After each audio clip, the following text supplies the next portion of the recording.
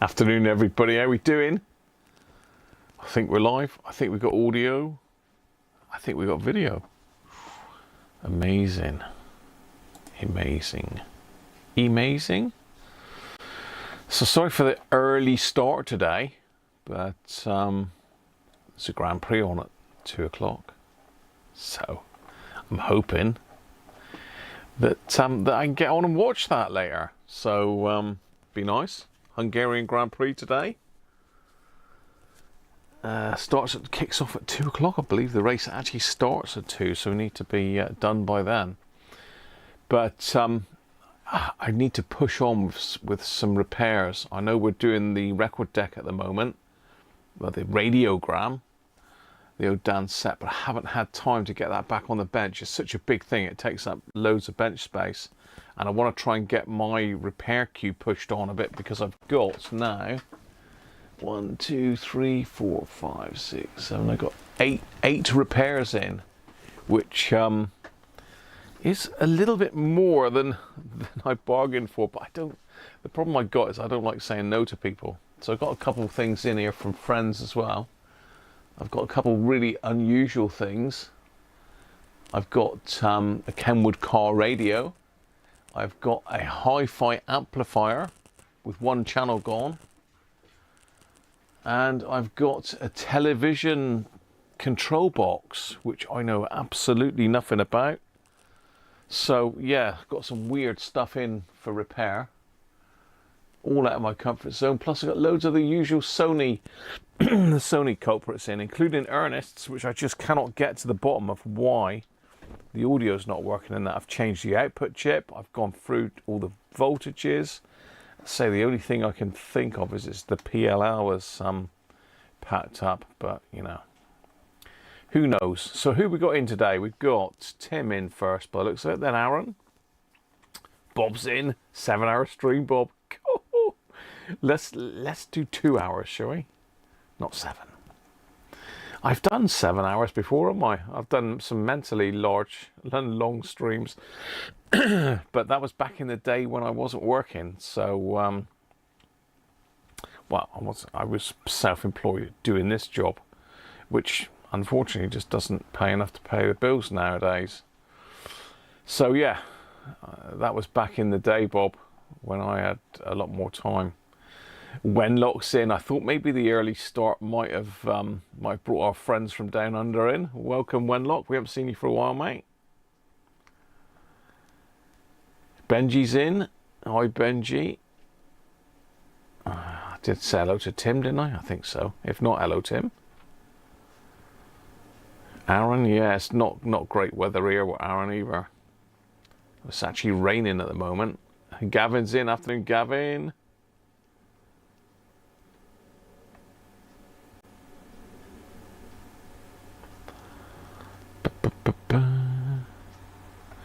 You stopped watching the Grand Prix after Damon Hill left. I wasn't really a fan of Damon Hill, to be honest, Aaron. Yeah.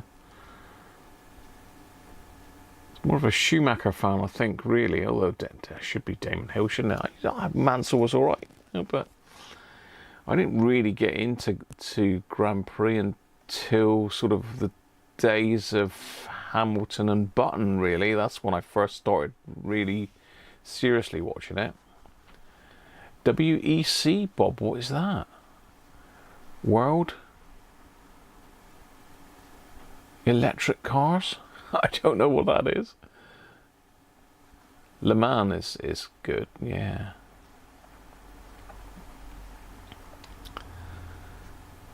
I think I said hello to you, Gavin, didn't I? What was Tim saying? Your brother loved Grand Prix.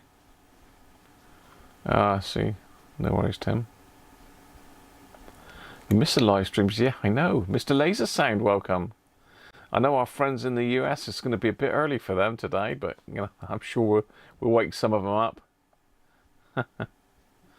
Storm of Florence is going to hit Scotland tomorrow. Winds up to 85. Flippin' heck.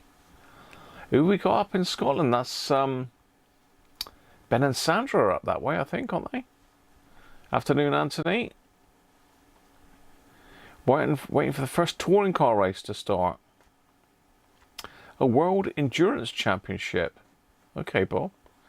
Is that some like, I don't know, they drive and they swap over drivers over a period of time? I've not heard of that one.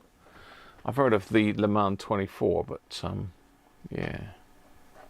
So yeah, that's what I'm up to today. And on the bench, as I say, we have got the board out of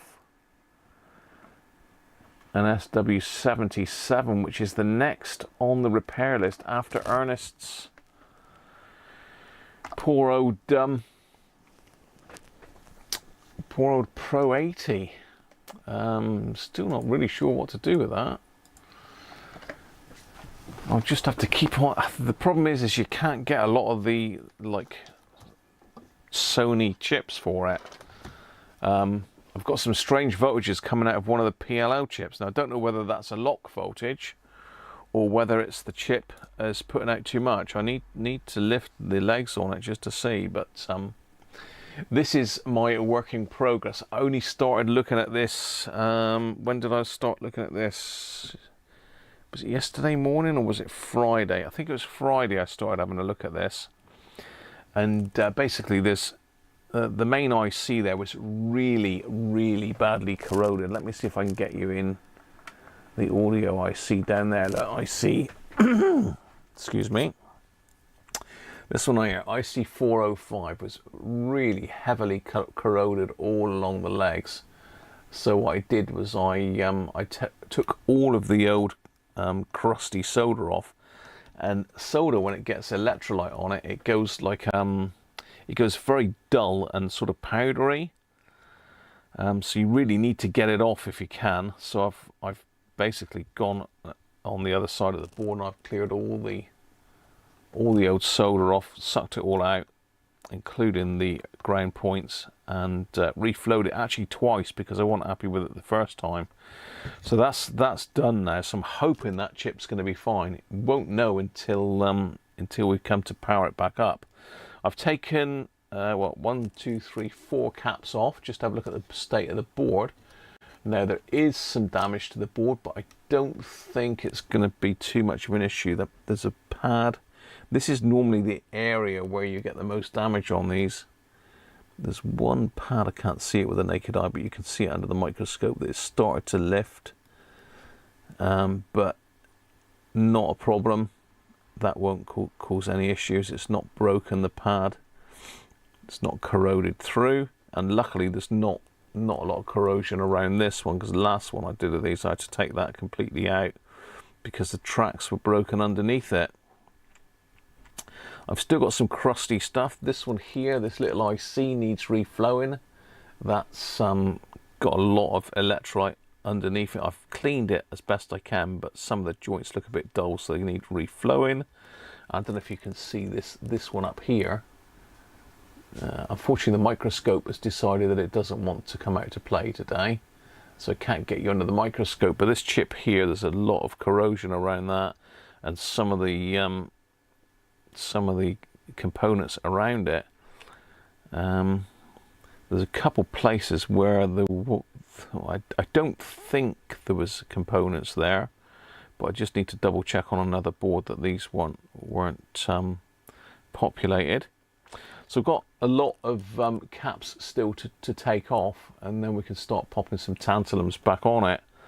So that's my plan today, is get these off and start recapping this, really. I mean, we might get it done in a couple hours, I'd be lucky, but as I say, I've done about an hour on this so far.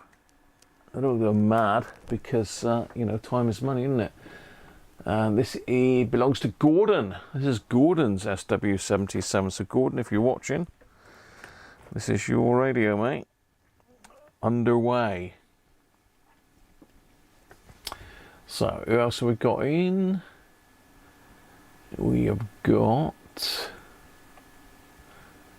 Rolf's in. Hi, Rolf.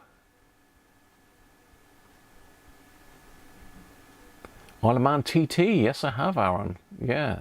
My dad used to be mad into the TT. I never actually went, but I've seen it on telly.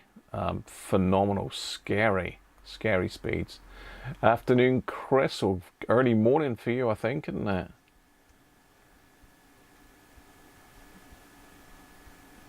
And happy birthday for the other day, Chris. Was it Wednesday or Thursday? I can't remember which day it was now, but happy birthday. Certainly does, Aaron. There is companies in the States that sell Sony spares, but they won't deliver and they won't deal with the UK for some reason. I really don't know what that is all about. But Nick's in. Afternoon, Nick.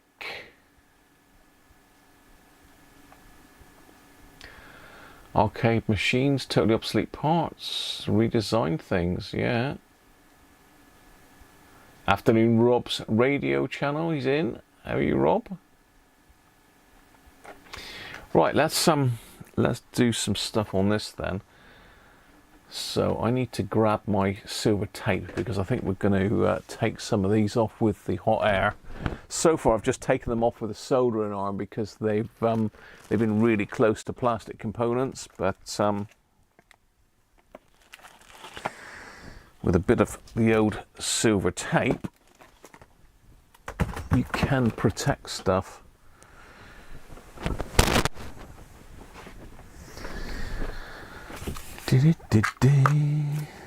I've got my lunch today, look, courtesy of Lidl. Food in a bottle, would you believe? Tasty, apparently.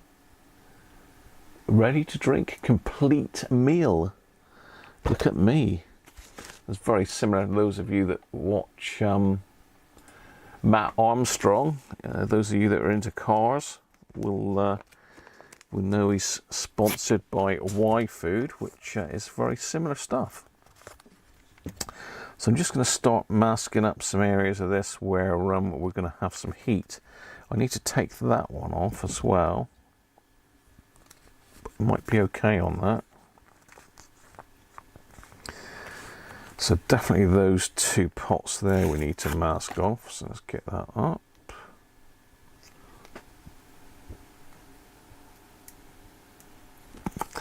Yeah, hooked Chris right up. He's got probably the best two radios that I had here now. Are now living in America with Chris. So certainly that wooden one should top your collection off there, Chris, quite nicely. You wouldn't see many of those about, mate. That's a very rare radio. But you know, there's only so many radios that you can keep for yourself, isn't there? So I've decided to let some of the nicer ones go. Right, that's that pot protectors. I should be able to hit that one with the hot air now without damaging the potentiometers.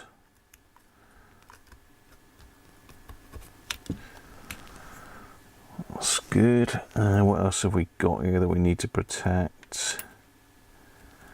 We don't want any heat getting on those crystals, really. Couple plastic holders there.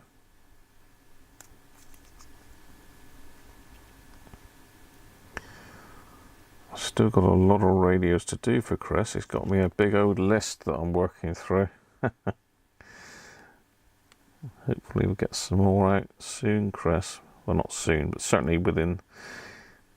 Let's not put a deadline on it because it's got so much on at the moment.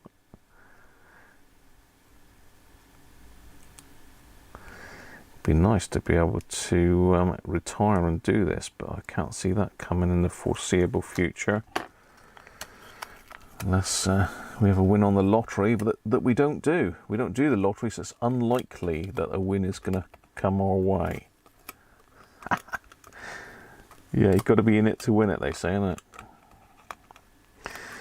But thanks to you guys, I have managed to get the storage unit, which I've still got. That is helping at no end for us to clear the house out a bit. Give Mrs. Cruncher her nice house back again.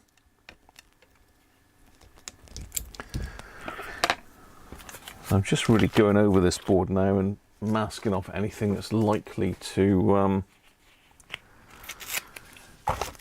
get damaged with the heat. Or caught with a soldering iron, I suppose. That's the other thing. Now this is one of the older boards. Again, like all of the Sony stuff, they modified them over time. I'm going to do this one.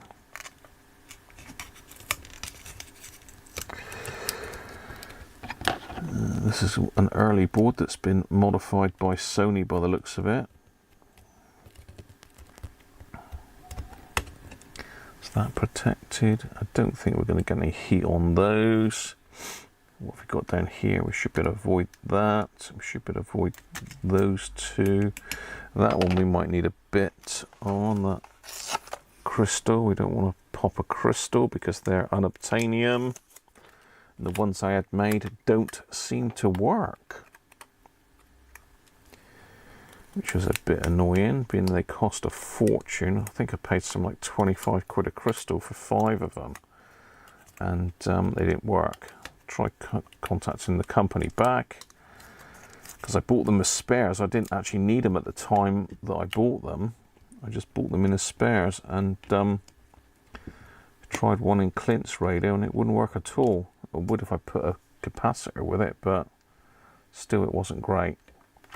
Right, I think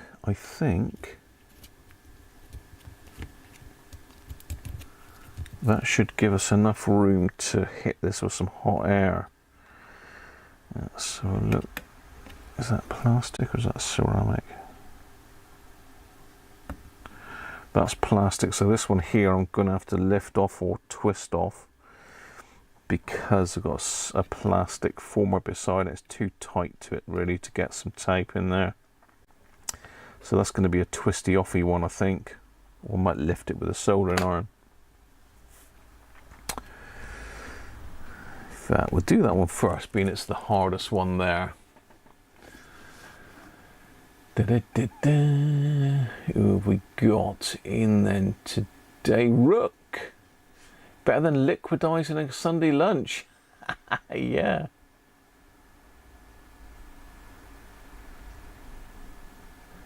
Well, fingers crossed that all goes fine for you, Aaron, and you'll be back up fighting fit soon. Hi, Ricardo.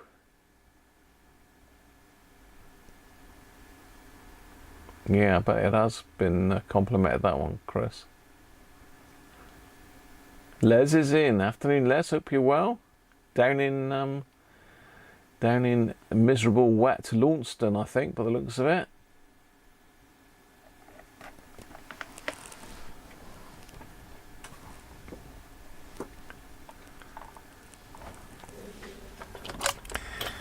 Right, let's try removing this one first. No, this one. So what I'll do is I'll pop a little bit of flux on it, and then I'll drop a bit of fresh solder in, and then we'll see if we can walk it off the board with the soldering on. It doesn't look badly corroded, so I think we should be okay with this one. You don't really want to do that with the corroded ones. Better off twisting them off or cutting them off, really.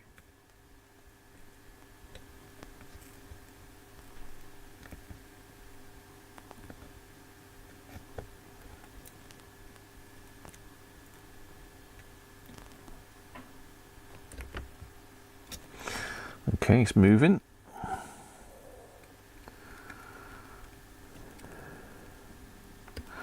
So I'm using a bent soldering iron tip. I had to buy this one recently. They're not cheap, these, but I keep burning them out for some reason. I don't know why.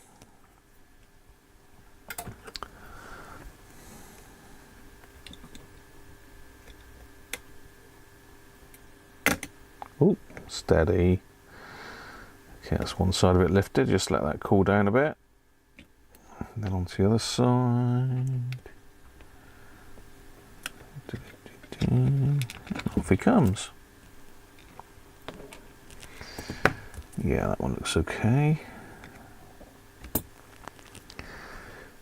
For some reason they've got some sellotape on the board here that's really close to that.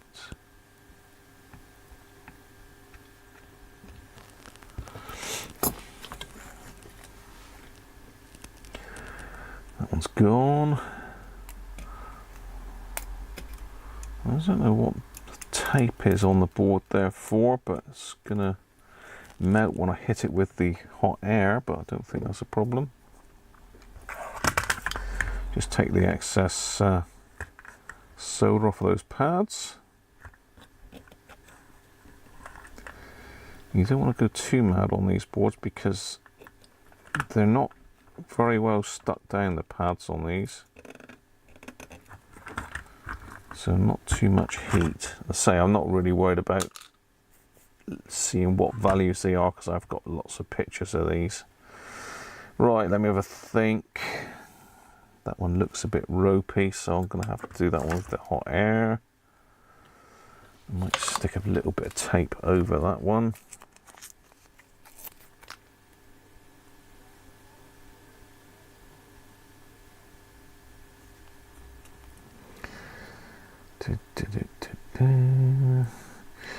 Yeah, I think we've got a few people here that watch the Grand Prix, so I know Christoph does, and among others.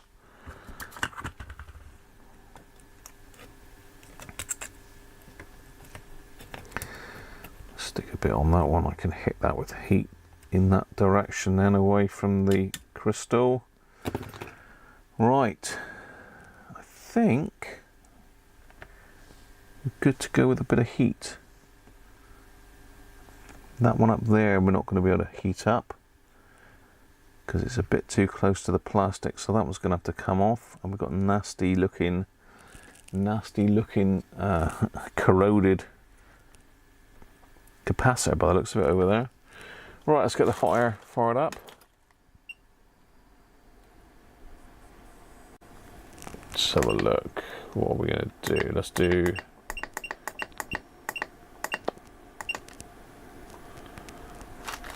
Let's do 380.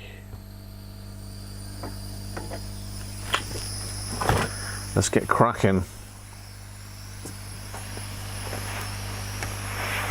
Let's do this one first, bring it over here.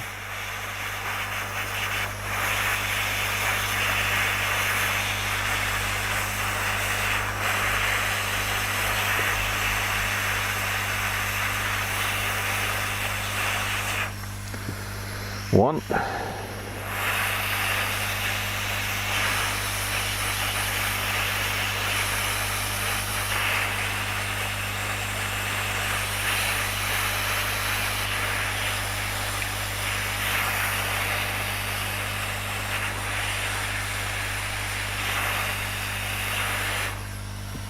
Two. These big ones are a bit of a pain to get going. Take a bit of heat in.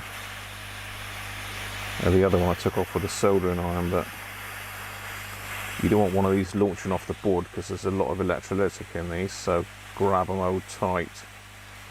Electrolytic, electrolyte even.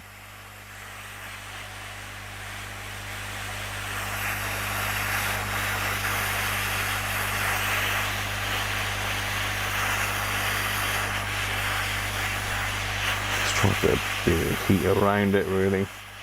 It's starting to move a little bit.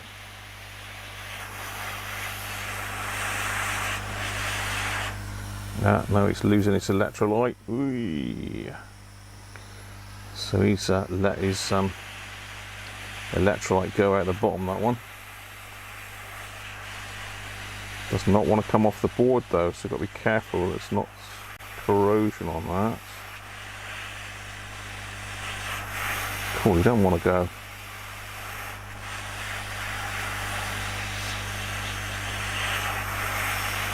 Whew. There he is. Whoa. As I say, they don't come off very easily, do they? So hopefully the heat in this area will have loosened up these other ones a little bit.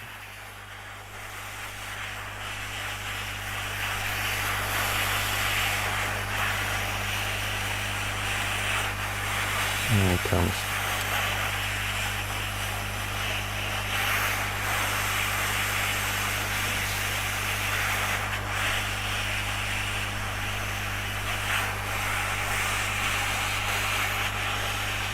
Come on. Don't be like that, thank you.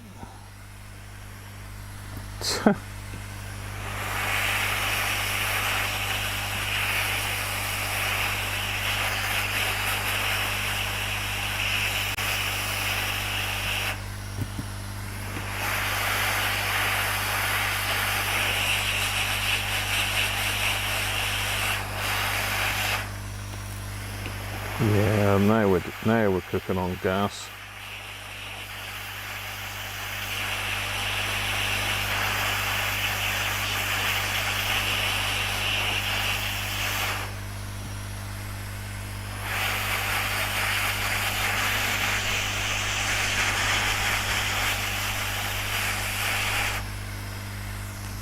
Hopefully you can see what I'm up to.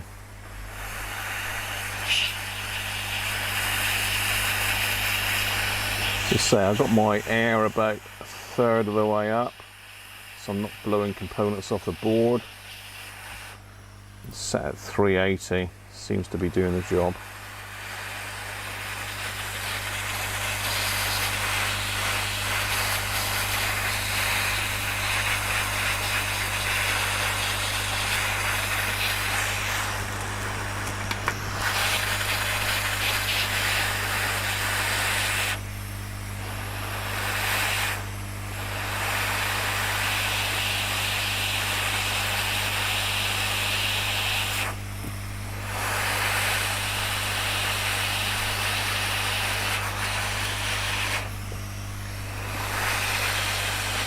Careful with this one because we've got all the plastic near it.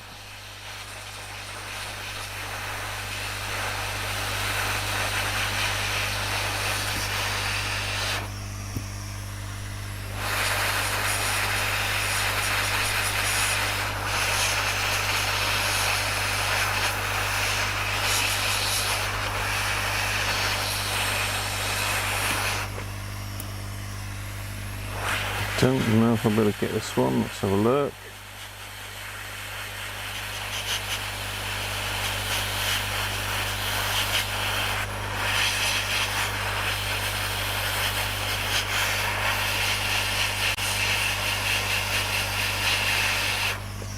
Got it. Any more? Have I missed any? We got them. Ah, no we haven't. No we haven't. Nearly got them all.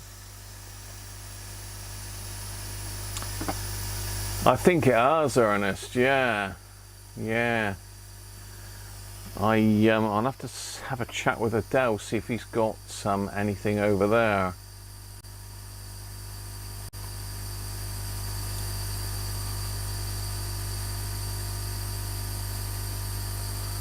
Bit of a rough year. Mop out of COVID. Oh, sorry to hear that, Wenlock. You've been in the wars, mate. I mean, sorry to hear about your mum there, mate.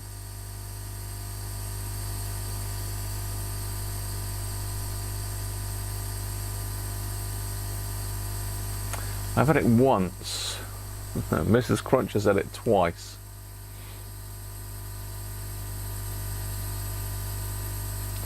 Fishy. It is very fishy, Gavin.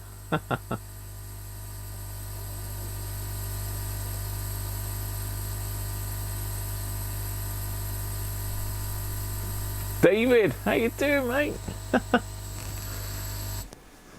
What's happened to the dance set? Nothing, no movement yet, David, apart from I have got an output valve has arrived for it. So when I get a chance in the week, I'm going to pop a new output in it, and just to see if that brings it back to life. Otherwise, I'm going to have to take the board out and start fault finding it, which I'm not looking forward to, because it is a bit out of my comfort zone.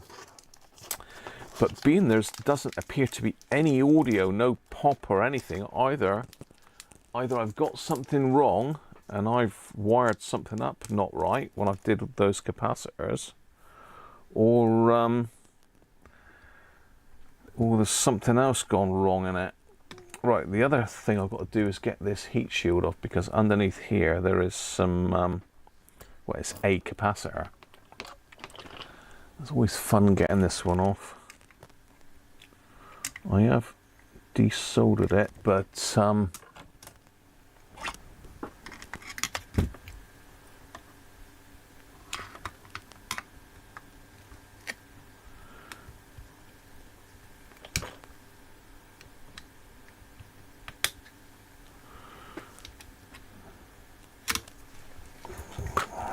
just needs that little bit of extra help.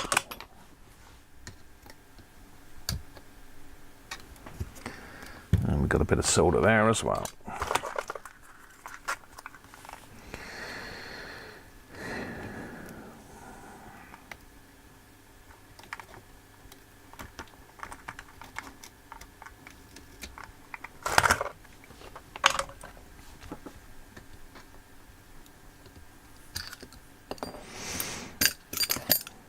Get off. Okay, right, that should push through now, in theory.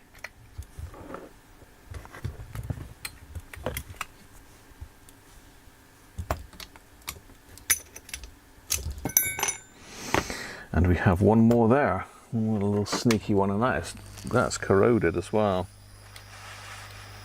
So you've got to be careful of the plastic thing here actually. Let's just stick a bit of tape over that, because the last thing you want to do is melt this thing here. That's not fun when that one melts. I know that because I've done it.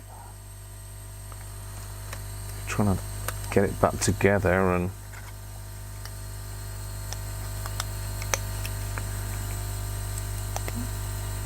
get it clipped in again is fun and games.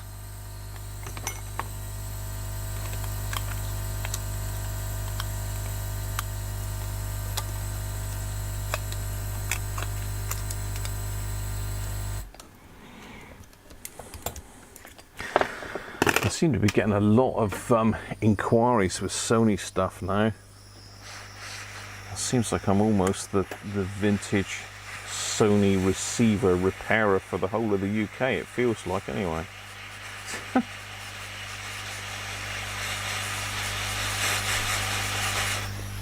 There we go.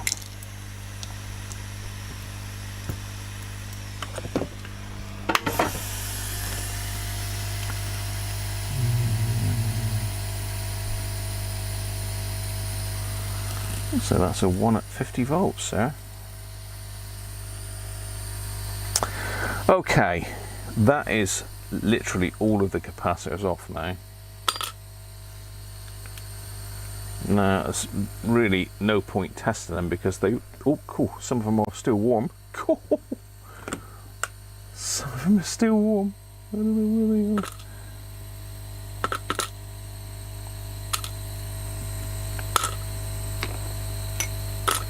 Because they are all knackered. I think Sony went through a period when they used these particular caps.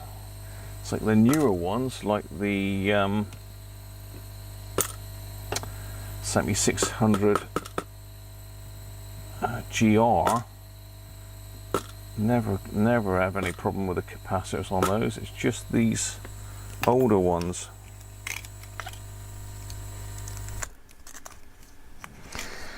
Right, I could take all this off now. Hopefully nothing's melted.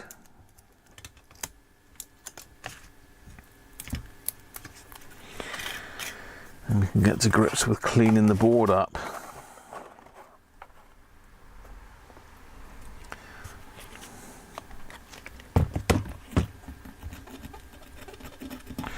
So I'm going to clean the electrolyte off, and then I'm going to go in and get rid of the old solder and put fresh on, because this brown stuff is all where it's leaked everywhere.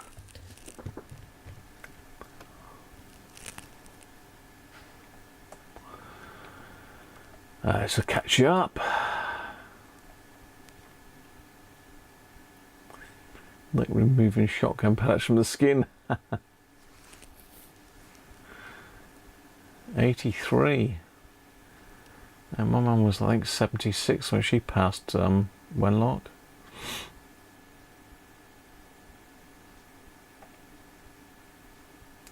A lot of dead caps. So it's a labour of love getting these things off.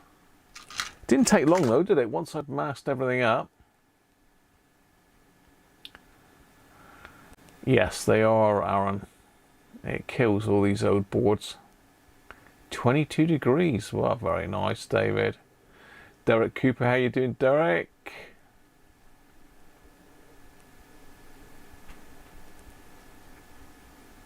Multi's in. Hi, Multi.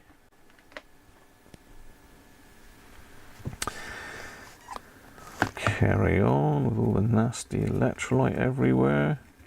You can see this is coming up brown.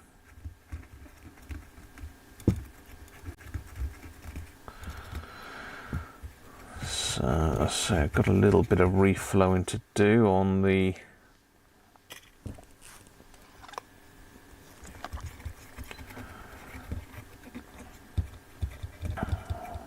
these radios. I don't know if you've looked at the prices for these on eBay recently, but they've gone through the roof. I don't know if anybody actually buys any of them, but the prices that people are asking, I mean, some of them are like 500-600 quid for one of these radios. They are starting to get a bit rarer, I think. I don't think anybody's crazy enough to throw one away, but certainly they've got to be failing by now. I've yet to see one of these that hasn't needed a recap. A lot of them have got board damage, like Rob's. Mr. Robert Cross there was really bad. And the one I've got was really bad. I've had to put new copper pads in on mine. Is that bad?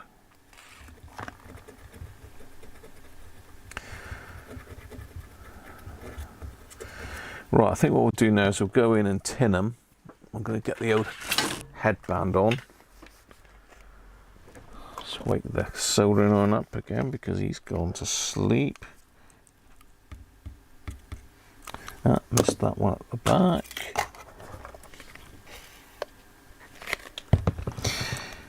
These are well worth spending the money to save these radios. They are very nice. I know Clint did a lot of comparisons between this and the 2001D, and I think it was a sort of mixed result. I think this was better in some aspects, but I think overall he preferred the 2001D. I mean, I like the sound of these better because they've got the separate tone controls on them. They do have better audio, in my opinion. Okay, we've moved a cap there by the looks of it, very slightly.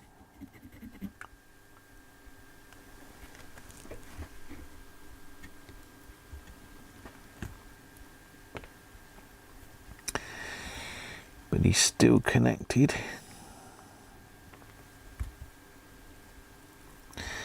Yeah, this is not looking good here, and that one's looking a bit better now.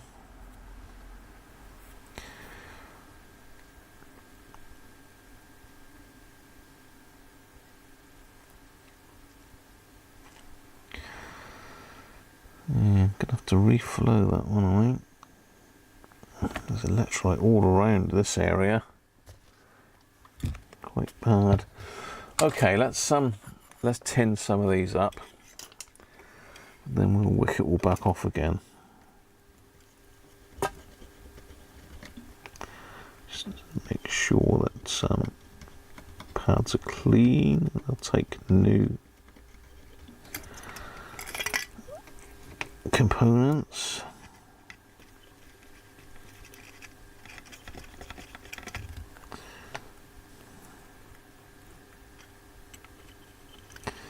Apologies if my hand's in the way.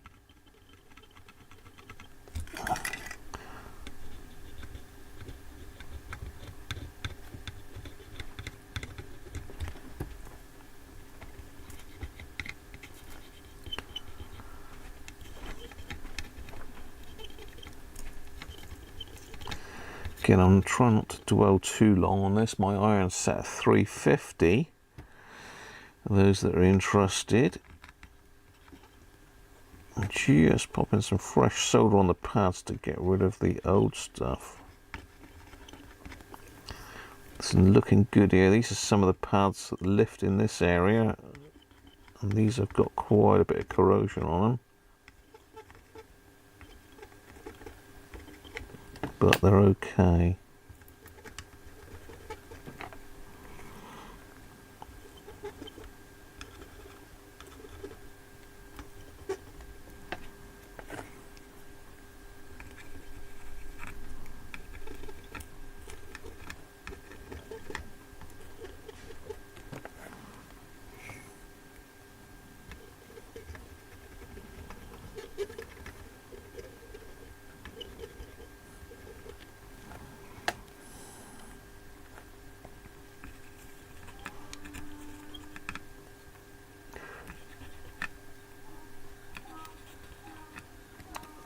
don't know if you can hear that, but we got some new neighbours moved in.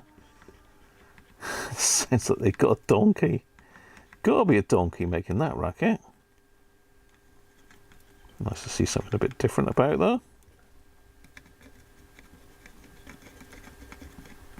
A lot of corrosion on those two pads. And a bit of flux on those.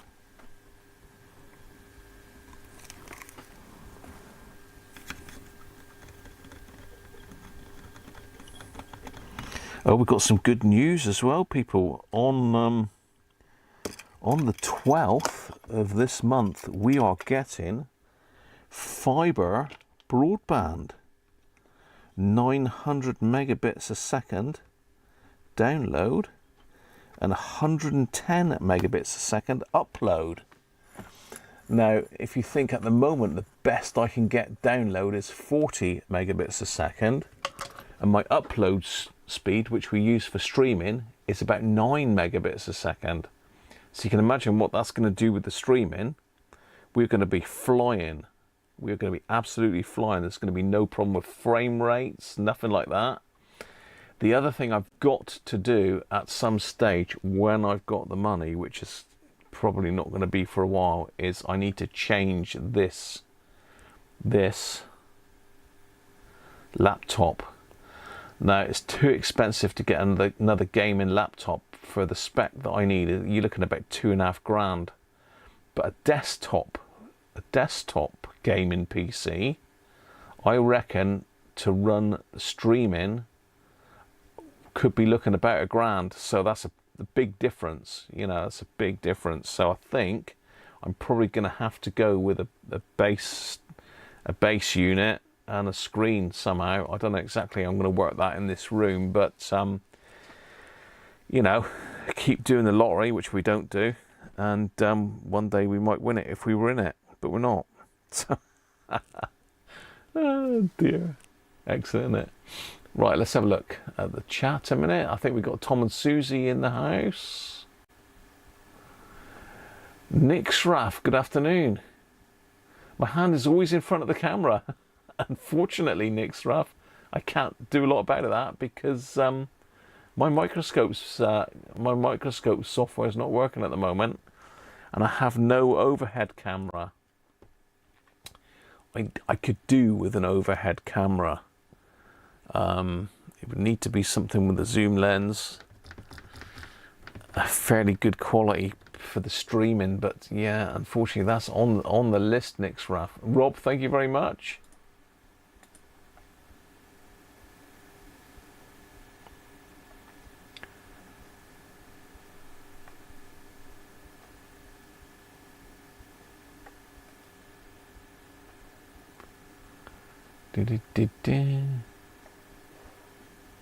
Sleeping Susie still, is it, Tom?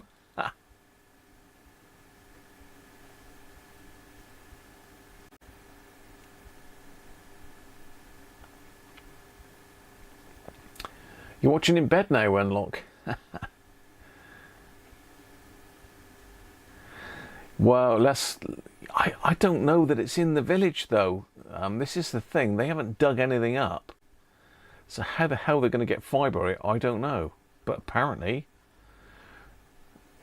it's available, but I don't know how. A lot of megawatts, they should certainly sort the streaming right out.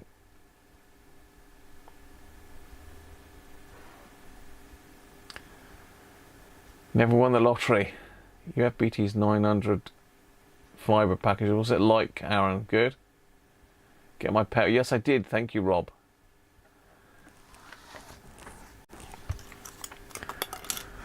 Right, okay, so we've now got rid of all the solder.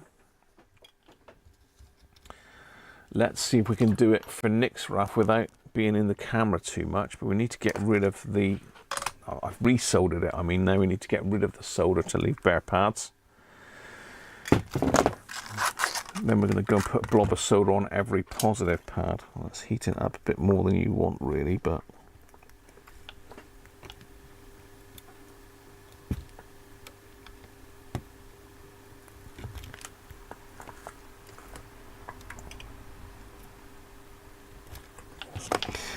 So I'm just wicking back off the solder, so we've now got sort of a fresh base to solder to.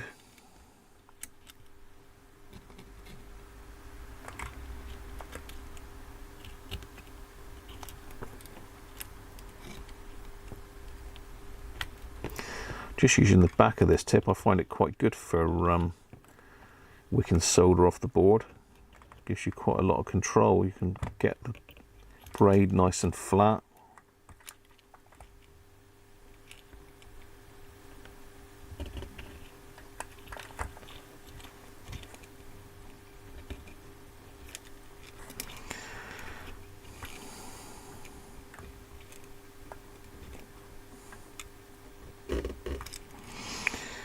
Not really supposed to drag it, but does make it a bit easier to get off if you drag it a little bit.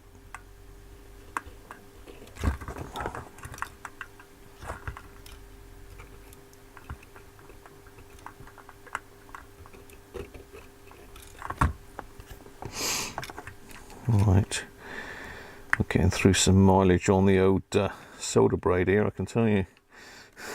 We're about 6 inches in at the moment, and about 8 inches now.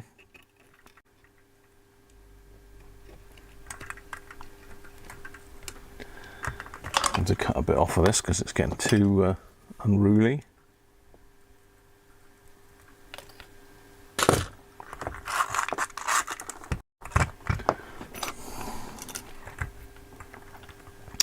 Anybody else ever had a go at one of these then?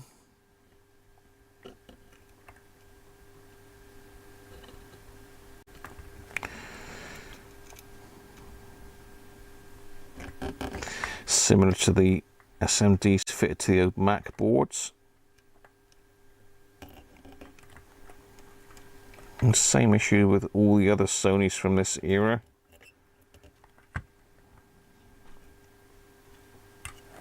It's cleaned up nice. I was a bit concerned about that one, but it's cleaned up nice. Hopefully you can see a bit better what I'm doing. Not that it's that exciting.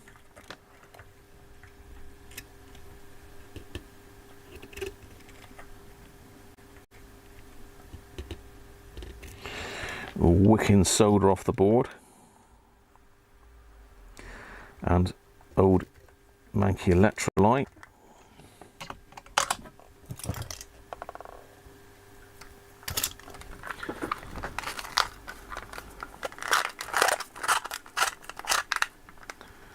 Feed me through the copper wire. You'd never get 900 megabits a second through copper wire though, surely.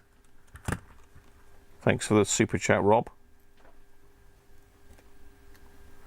Appreciate it as always.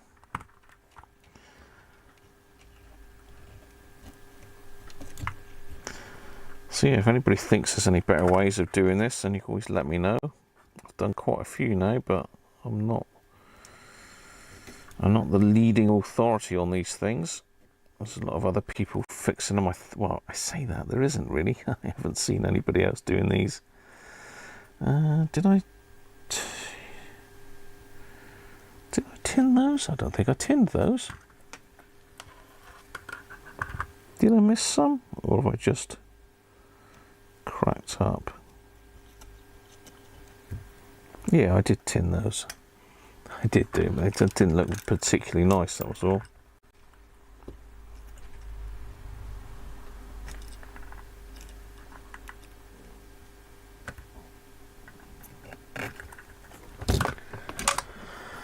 Okay, right. I think that's. Oh, no, I've done this. We've done that one. Let's make sure I've got them all. Okay, clean up time then. More cotton buds.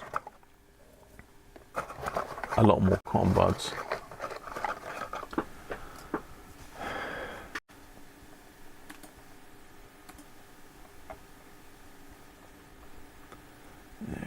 Where are we?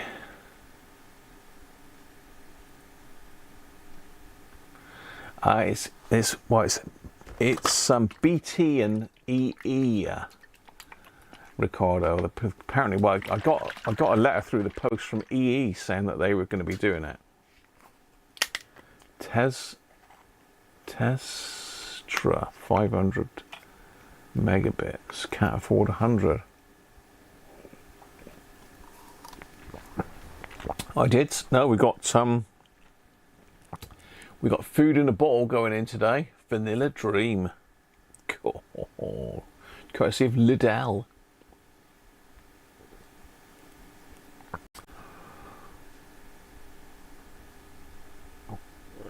Squirrels. You got 5 of a cat to justify the extra cost. Well, you say that. I mean, I'm paying about £50 a month at the moment for my BT broadband.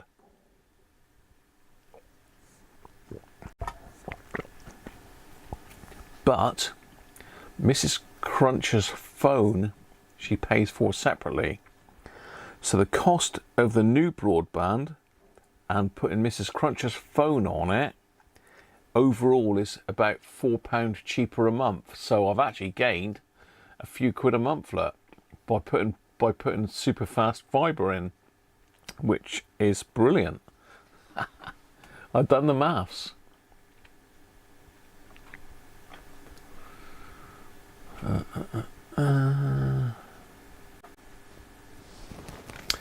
Make sure I'm getting fibre to the premises. Yeah, fingers crossed.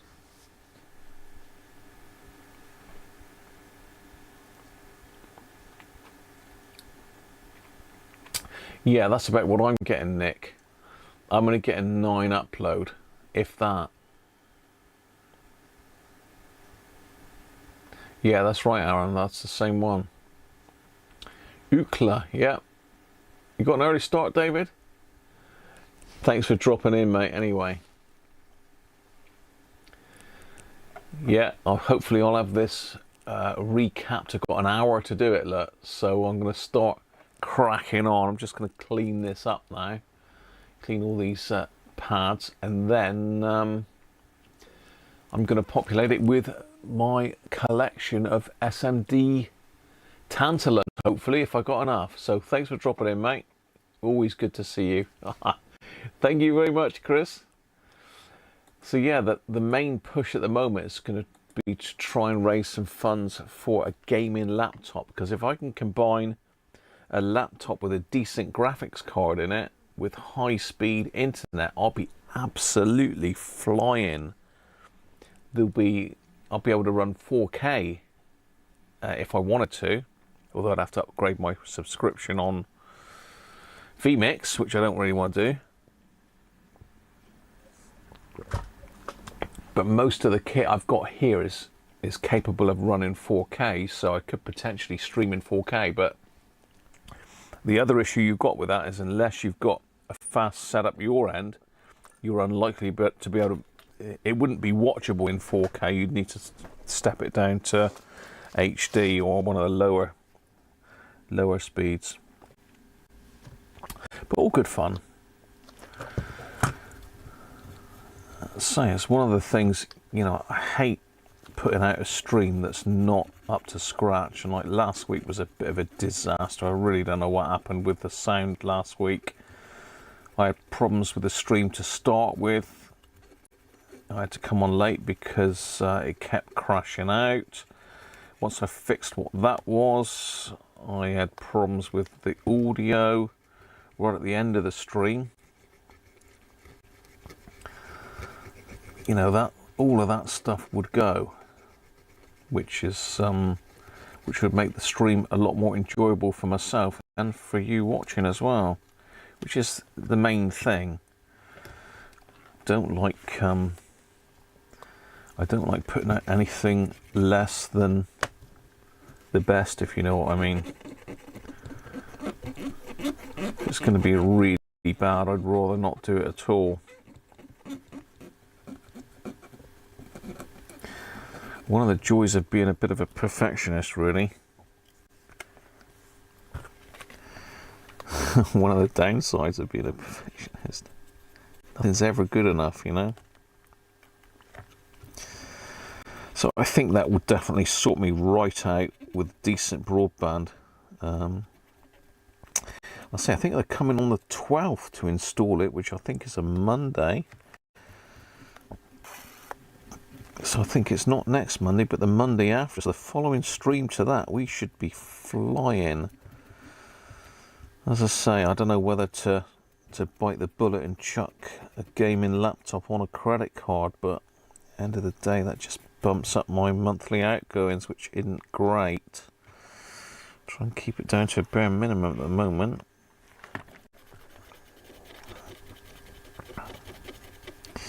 Unfortunately, YouTube doesn't pay enough to do anything like that.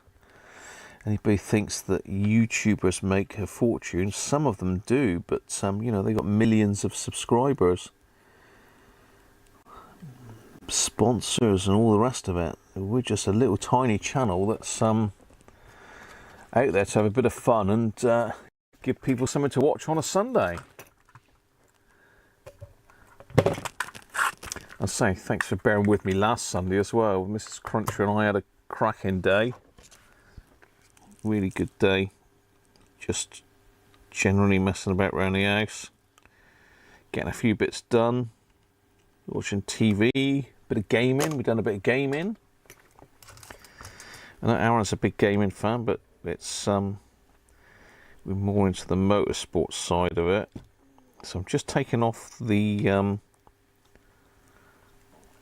corroded solder on these with a bit of wick. Just see if I can get some of it up. I'm going to reflow it.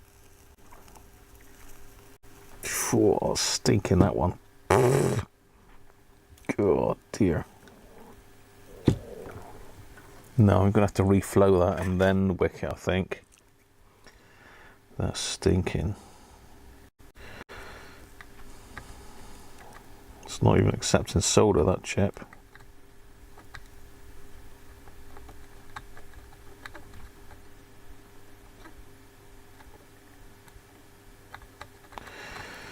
That one may have to come off the board.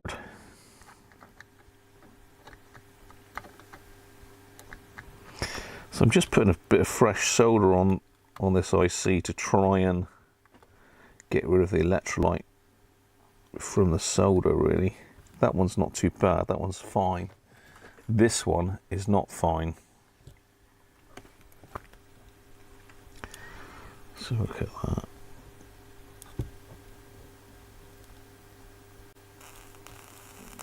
Cool, you can hear it bubbling up, can't you? I don't know if you heard that on the mic.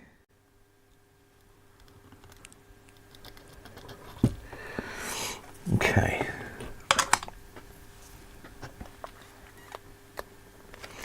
Let's give that a going over with a harder brush. See what it looks like. Okay.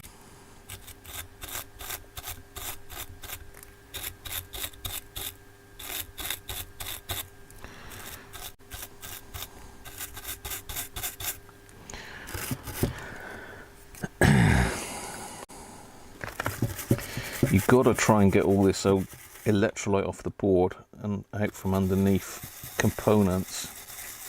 It's a bit aggressive using a hard bristle brush, but as long as you don't knock any components off, you're okay. So there's a lot of corrosion on that transistor as well. And there's a bit around this one up here, so let's give that a good old going over. And there's a load on this IC down here.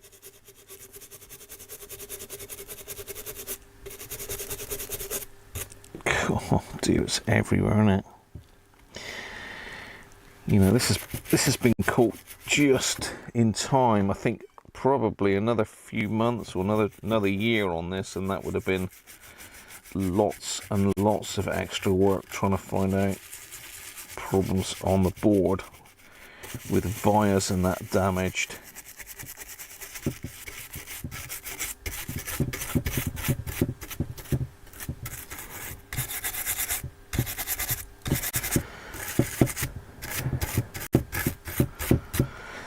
Right, that's better. Let's get some blue roll and just clean all that old mucky stuff off.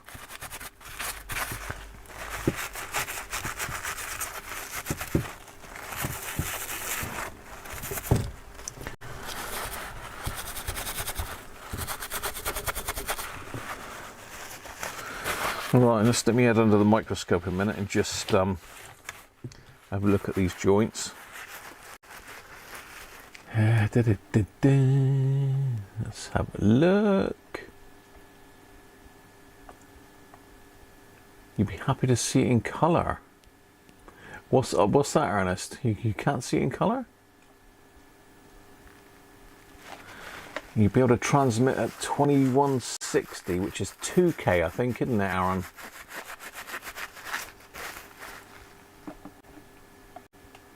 Afternoon, H. Neil, how are you?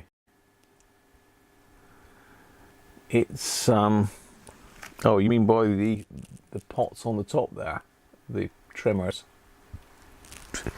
Yeah, it's got shortwave 1 to 5. It's got FM, medium wave, long wave, airband. No, it's not got airband, this one. Sorry, it hasn't got airband. It's the 2001D that's got the airband. This has not got airband. So there, that's them looking a lot better. I'll need to get my head under the microscope now, because what I want to do is just reflow those ICs that I've just done.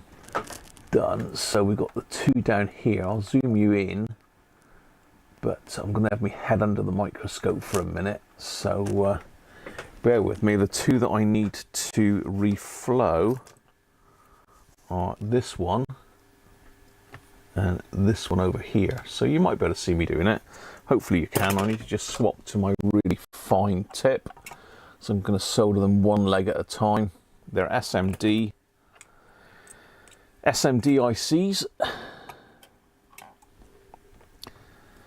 So they are quite tiny. I could just stick the hot air on them, but I'd rather get a decent bit of solder on them, to be honest.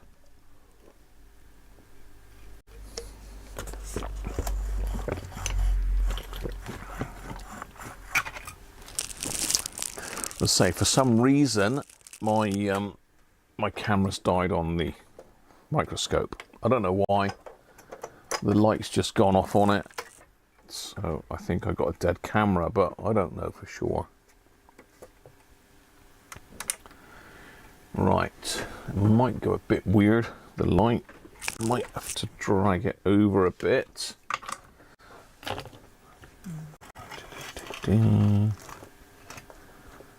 Yeah, let me just alter the camera angle for you. That's a bit better. To say, I've got my finest tip on, which is a little tiny, I think it's something like point, if I can get it to focus on it, 0.2 of a mil or something like that. So it's pretty fine. It's not a micro soldering iron, this, but it's quite small. It certainly does a good job for this. So let's chuck a bit of flux on that. And I'm using some fine solder here. Let's take this thing off my head so I can get under the microscope properly.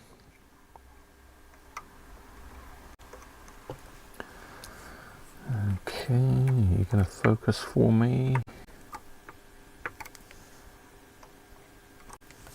That should do me.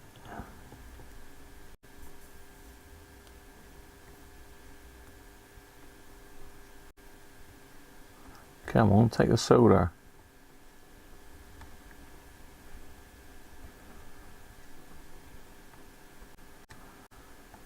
Yeah.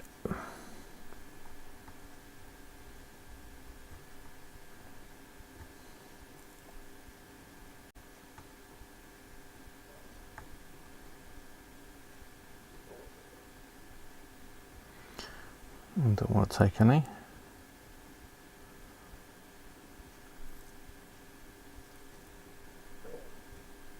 Ooh, a bit blobby there, Graham.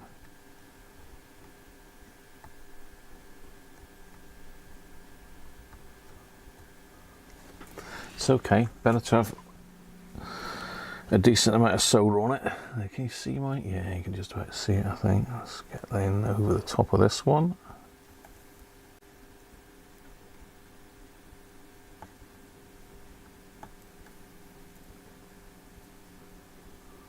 Nice. This is very end one that was the worst one. A lot of corrosion coming out from underneath that chip. Got 2 legs joined now, so I should be able to pull that out with a bit more flux.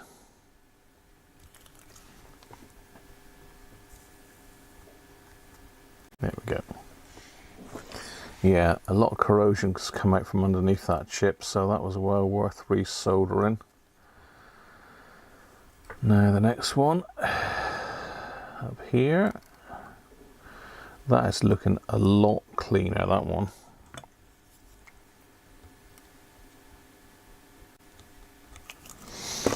That was absolutely caked. I really didn't think that that one would come back to life, but it looks like it has. It looks like it's a little amplifier, LM358.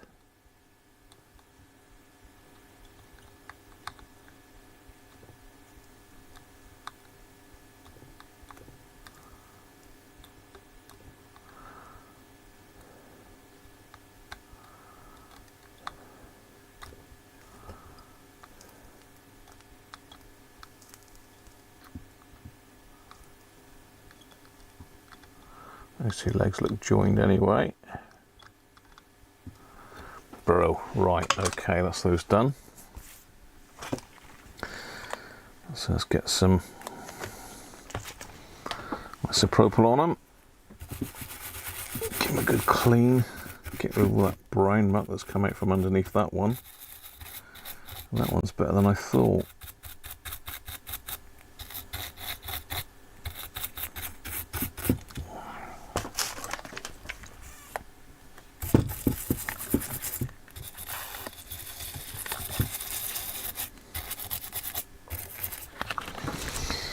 Right, let's mop that up.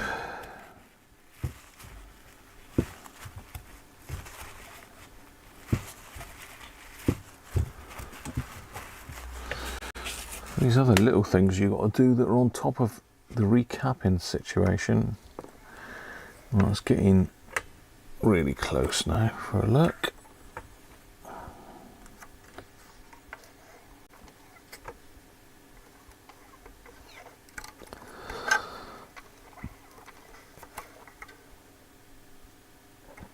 Sure we haven't got any bridges? No. And no. God, that still looks mucky, that one. Not the actual joints there, it's just some stuff that's still coming out from underneath it. It's like a white thing where it's reacted.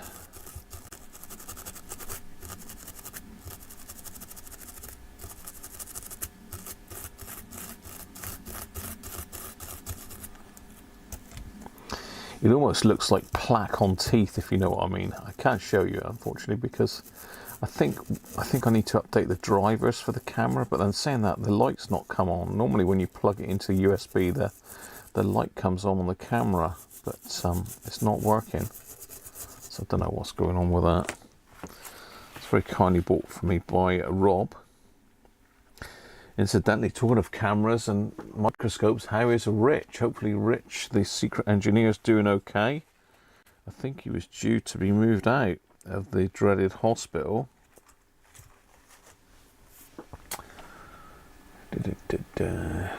Russie, how you doing, mate?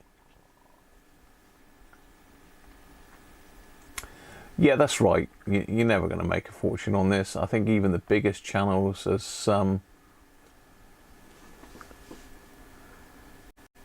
even the bigger channels still don't make a huge amount. £60 a month, I think it's 67 with the phone, Aaron, I think. I think if we didn't have the phone, it would be cheaper, it would be in the 50s.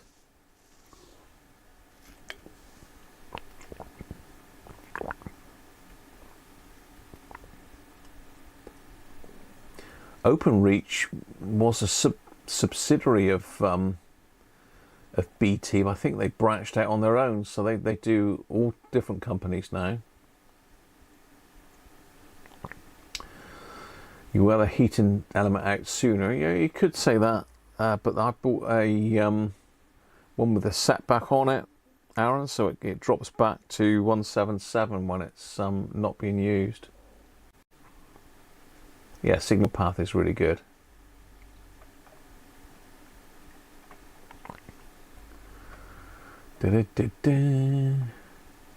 Oh, I've missed loads of chat here. What's going on? Needs more valves. 5 gigs, not 2.4 gigs. Yeah, I think my router is set at 5 gigs, Aaron.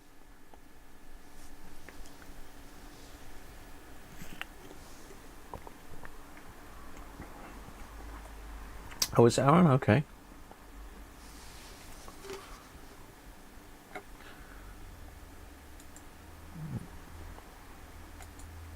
Thank you, Rob. Glad to hear it. FM afternoon, how are you?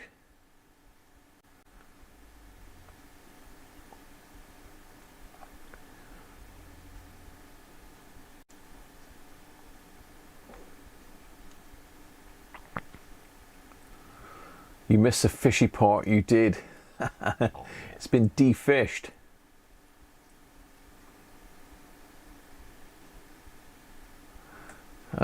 Good idea, Tim. I used to use the old Antex irons. They did some really small ones back in the day. Afternoon Bazaar, how are you, mate?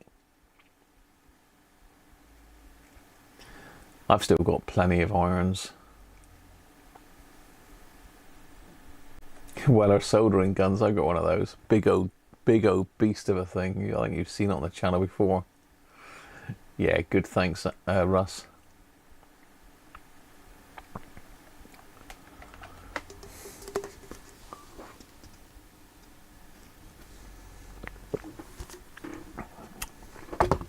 Right, I'm happy with those two now. Looking nice. Yeah. Got rid of all the crud on that.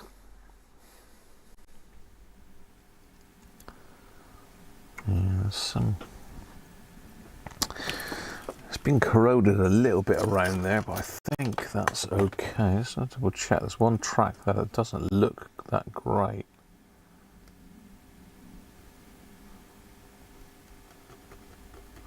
So I'll make sure that we haven't got any breaks in that.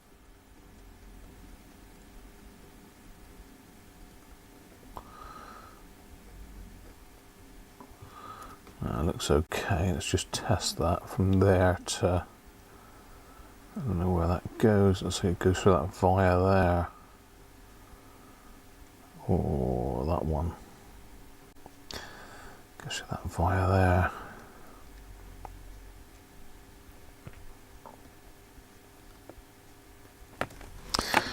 Let me just check that on idiot mode a minute.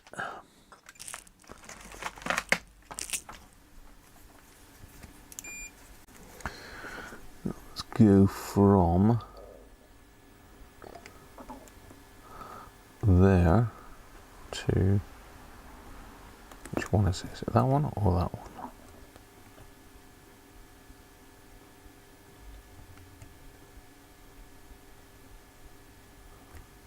Oh, hang on. Yeah, he's okay. Goes up to that IC there. Okay, yeah. It's fine.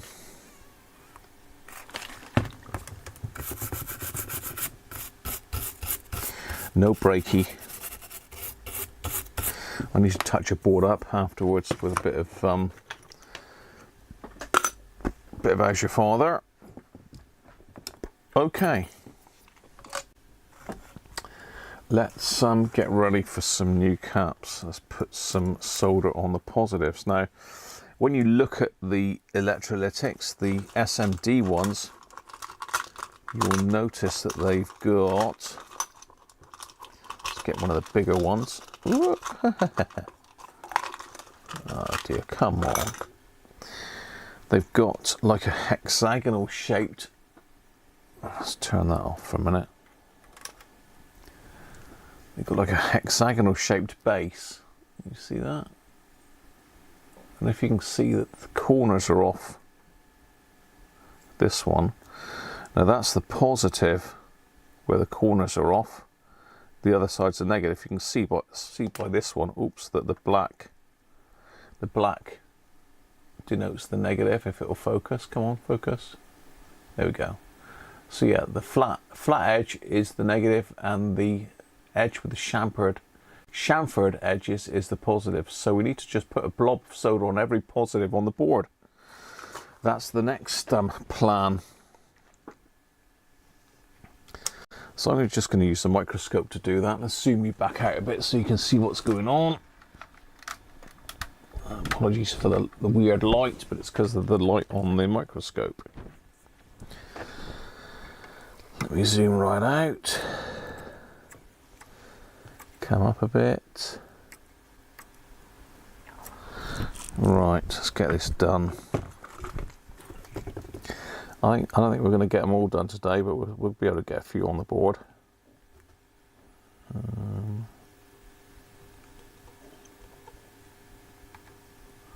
Bit blobby there, Graham. Bit too much on that one. Actually looks more on the microscope than it does in real life, to be fair. So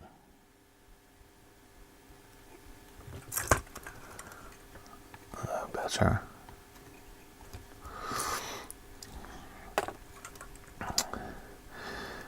By doing this, it just cuts your dwell time down on the board itself, because I say you've still got the chance of lifting the pads on these.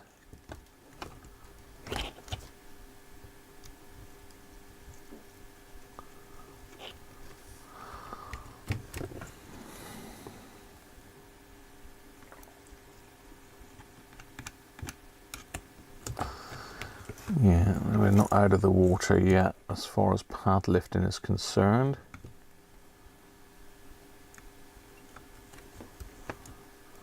I'm not sure on that one, that's not marked.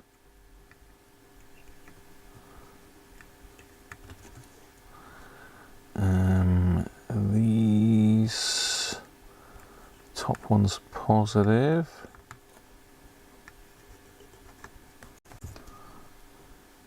And these. I'm really lucky this board hasn't got damaged, to be honest. It was quite bad corrosion wise.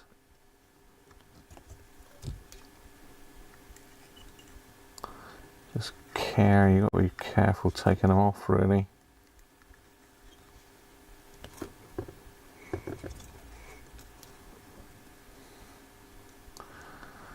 Right, the only one I haven't done, oh there it is, I can see it.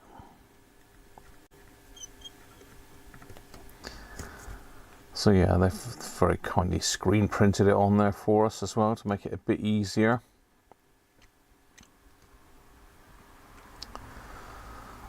Okay, that's it. So I'm just going to pop some flux on all of these. You can do this with just magnifying glasses. You don't need a microscope, but it just makes it a little bit easier. You can see it a lot clearer under the microscope than you can with the naked eye. Now this is no clean flux. It means you can leave it on the board. You don't have to clean it off. I clean as much of it as I can off. I missed one there, am I? Yeah, missed one there. I tend to clean as much of it as I can off.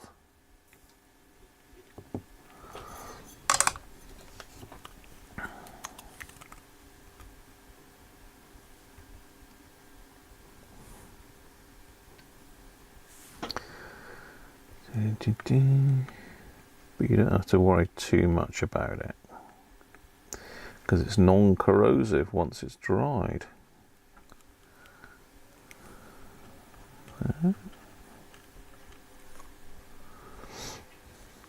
Okay, right, time to get some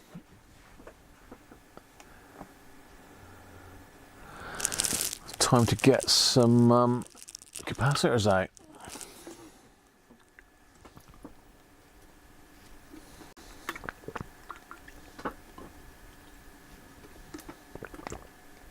Just finishing off me Vanilla Dream little lunch.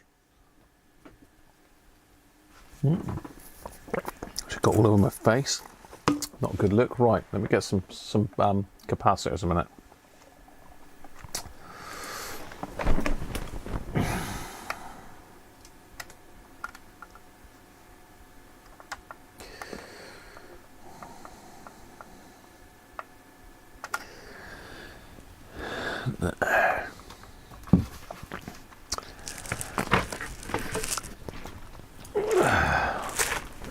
I keep my all my SMD capacitors in one of these, a Boxall, like a Vauxhall, but it's a Boxall, and they're all labelled up. You've got little tiny compartments. Really useful box that is for capacitors. You know, I would struggle without it really. Let's put that on the chair over here. Right, next we need to find out what cap goes where. So I've got some pictures that I've taken previously in a gallery here somewhere.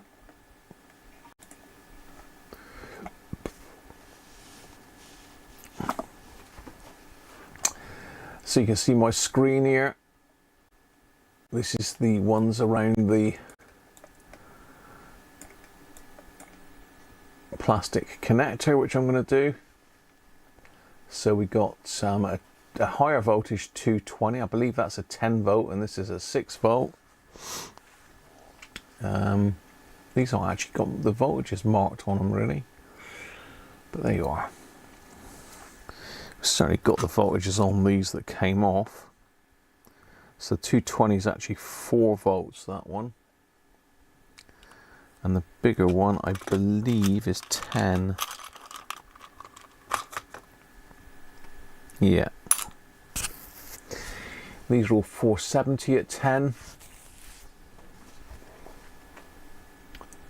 More 220s at 4 by the looks of it. Yeah, they're all 4 volts.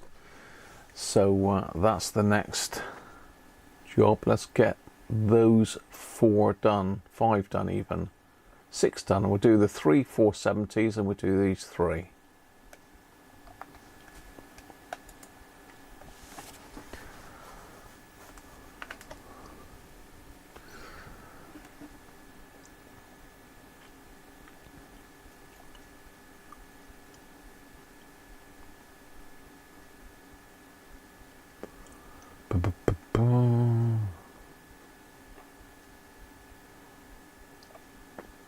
You know what you do with that live stream, Chris?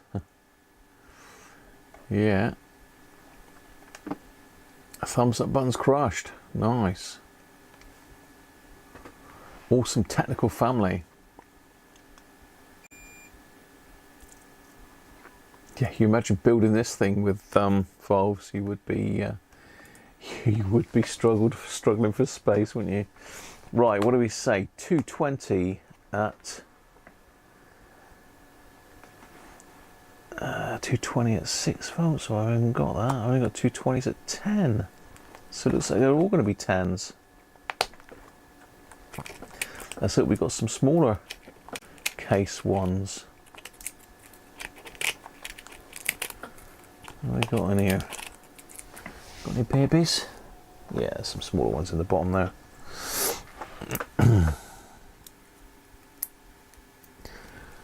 So we want one of them there. Then we want the smaller ones.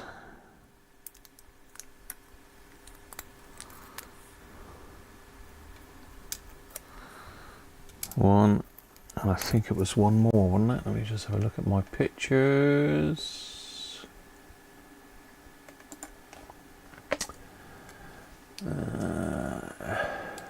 Just 2 in that area, but there are some more 220s in a minute.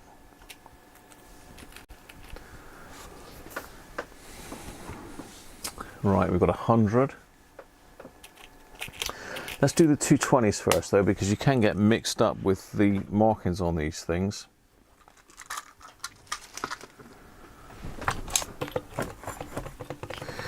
So when you come to change these, you'll see that the marking for a normal cap, it's marked with the stripe as the negative. On tantalums, the stripe is the positive, just to confuse things. So let's do this one first. I'm just going to move this over slightly and check the camera angle shortly.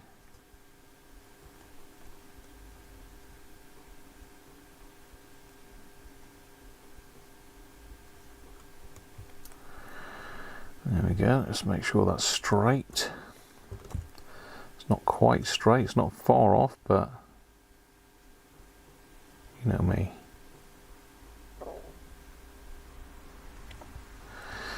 There we go, that's one side done.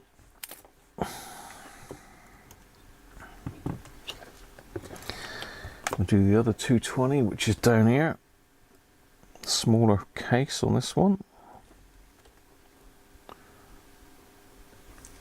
Can you see that? There you can. Yeah, you can. Little oranges going in that. So very often you can just heat the pad, the solar flow underneath, and it'll just drop into place. But you know, Sod's law says that it ain't going to be straight.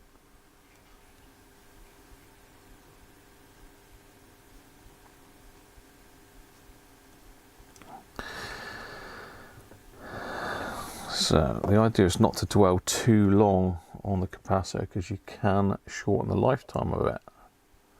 Try and heat the pad, not the capacitor.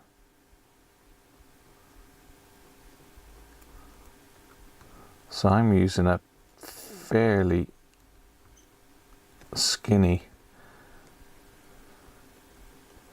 one here, so as not to burn anything really, because there's lots of burnable stuff in this area. That's those two in then. It says knocking his Y food all over the place. Not Y food, little food. That's that one gone. Right, next one was 100. I think the hundreds. Let's have a look at the hundreds in here.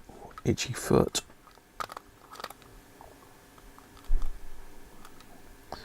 4 volts. Oh, that one's bigger on that one.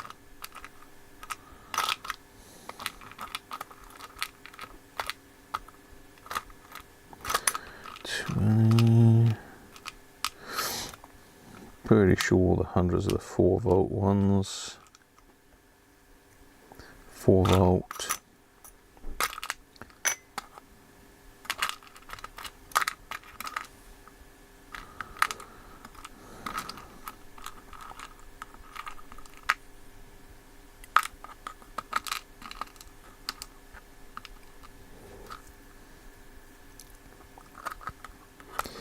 Yep, 4 volts.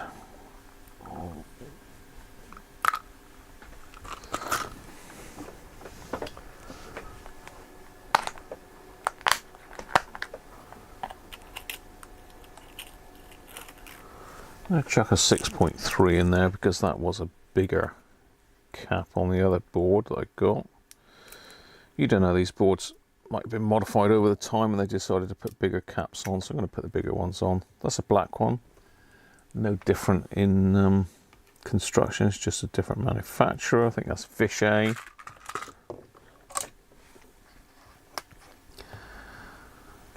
Did have a comment left by Sean yesterday as well, so good to see Sean still playing about with radios. I think he's playing about with a R200 Roberts at the moment.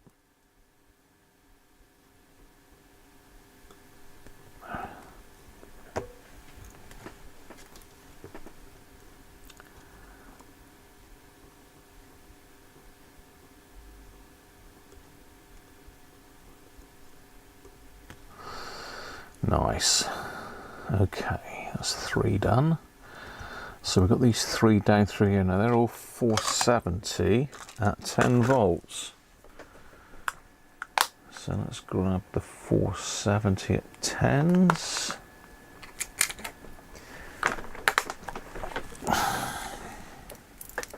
Let's put that 100s back.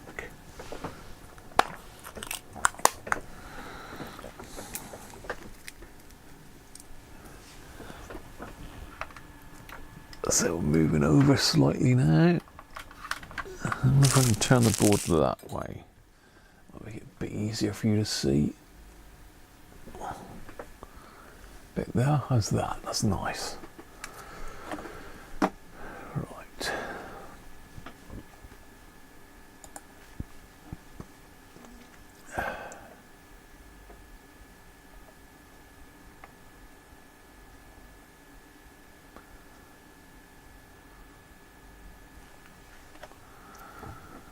Right, we want 3 of these.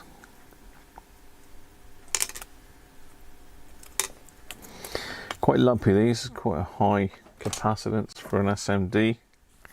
470.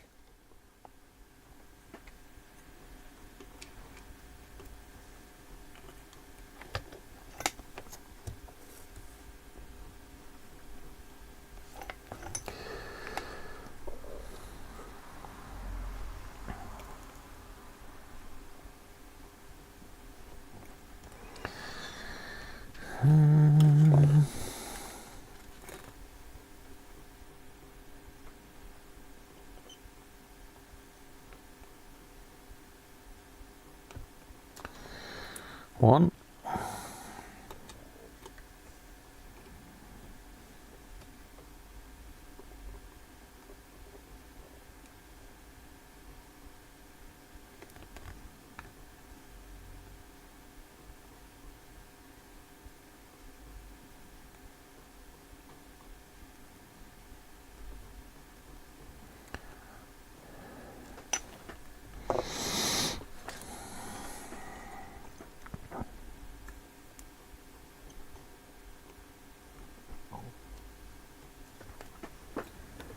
So it's sat down properly? It doesn't look it, does it?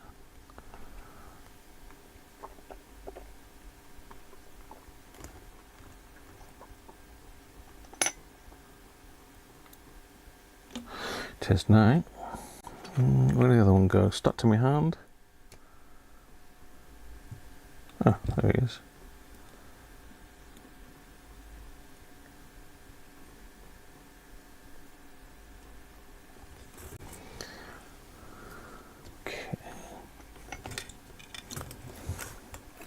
Maybe that way. Can you see? No, you can't see like that very, can you? Okay.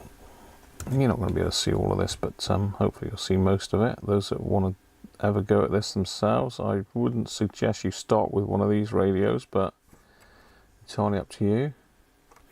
Get yourself a 7600 first to have a practice on. If you get on alright with that, then move on to this. If you don't, then send it to me to repair.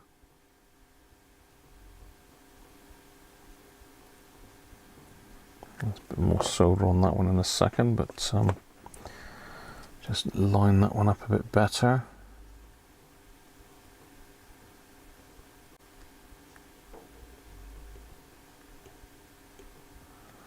Yeah.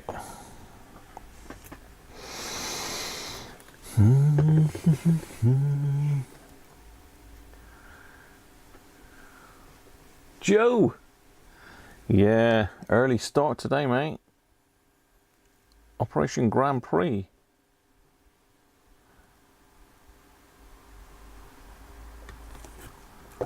Well, that's probably a little bit more solder on this side, a bit skimpy with that. There we go, that's 5 in. 6 in. Well, we're motoring. Right, I can't remember what that was now. That's a 220. 10. And that's the 470, so 10. Right, next then, let's do this little one down here. Now I think that was a 1 at 50, which is unusual. I don't think that was a 1 at 50 on my other board.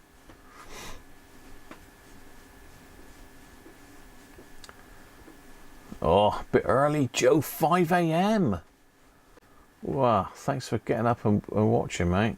And apologies if I've made it a bit too early for you. Nah, this is always the one that I haven't got a bloody picture for. Always never got a picture for this one in the little can, you know. Oh, video going there. Yeah, I can just about see it there, but can't make out the size.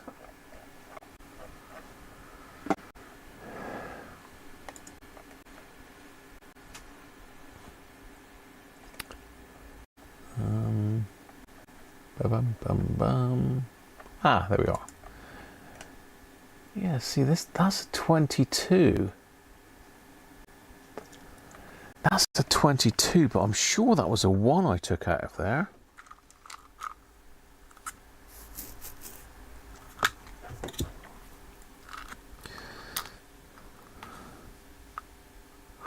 And there's a 22 there, or maybe the one I got out of somewhere else. Yeah, 22. Let me just check the manual a minute. Let's have a look. The board layout.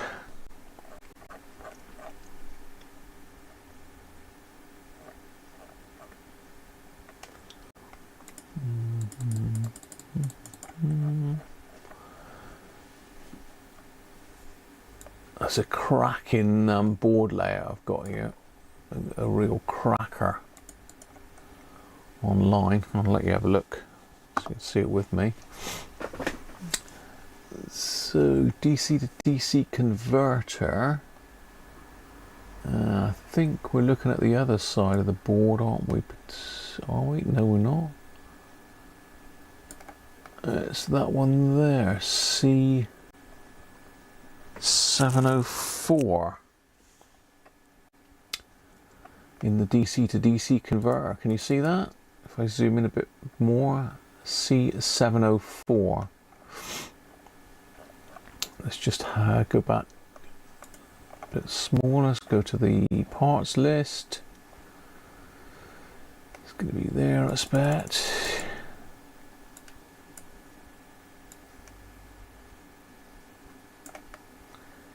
C704, hang on, it's microcomputer, jack board.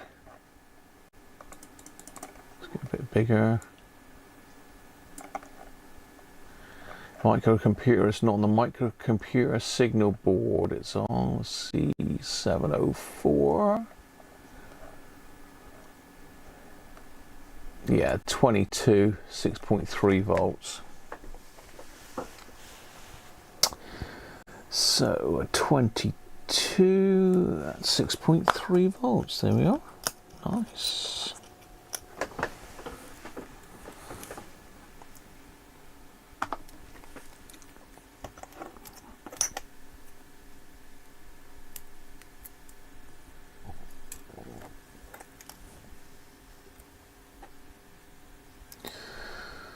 So say if you're a Patreon or a channel member and you need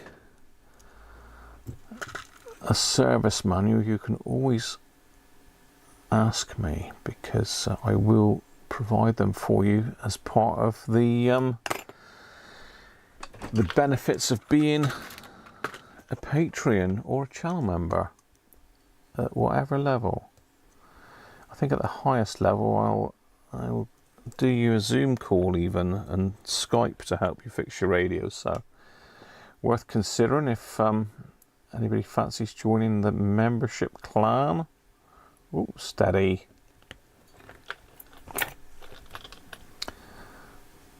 Or Patreon.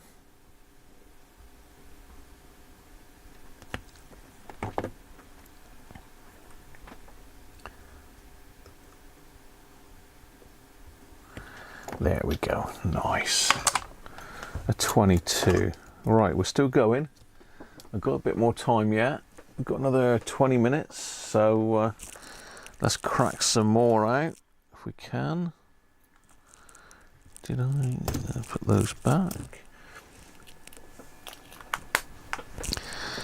What else have we got then? We're getting there, look. Getting populated, looking nice. There's 7 in. God knows how many caps there is in this, but as you can see from the pot, there's quite a bit.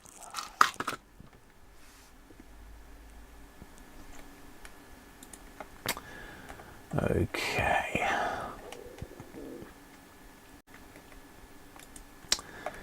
Let's get on to my main board picture. That might give us some idea of the sizes. Okay, so we got another 220 up here and another 100.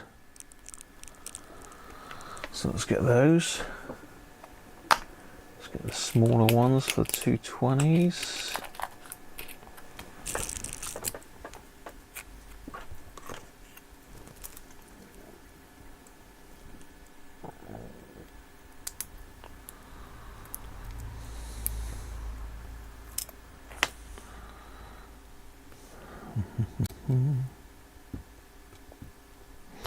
I mean, do you enjoy these sort of streams where I'm fixing customer stuff and doing these Sonys? I know the Sony videos I do tend to get a lot of views compared to some of the others, which I don't really know why, but they do seem to.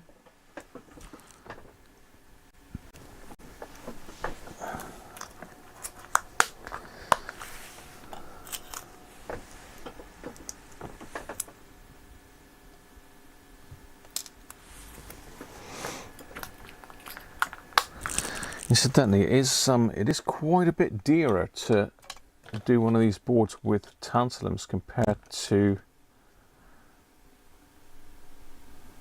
the SMD electrolytics, because they are dearer to buy. They're actually a little bit easier to install than the electrolytics because they are smaller and you haven't got that upright bit in your way, if you know what I mean.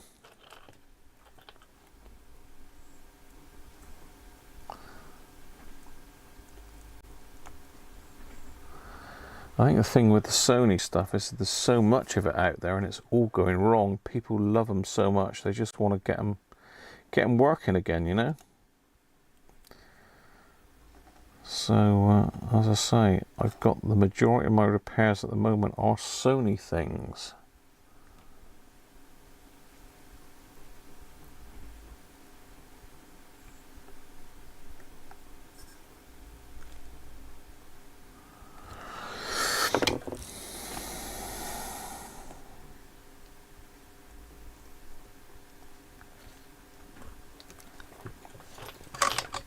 Okay, another 2 done. Right, what else have we got? We got another 220 just above that. Another 220. And 220 going in there. I seem to use the same caps for a lot of this. There's some odd ones going up into the RFE bit in a minute. We're sort of in the amplifier section still at the moment, really.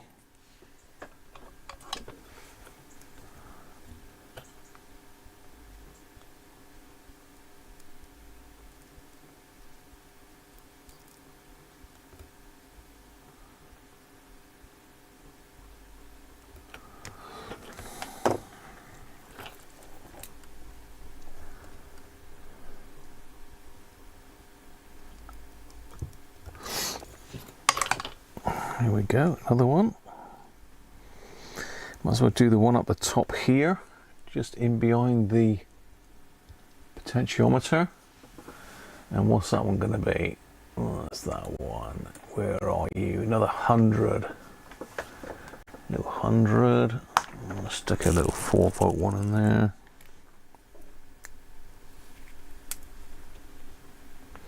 Bit of a smaller area, so I'll stick a smaller cap in. I've just been putting the 6.3 volt ones in for the 4 volts at the moment, but you don't need to put 6.3 in.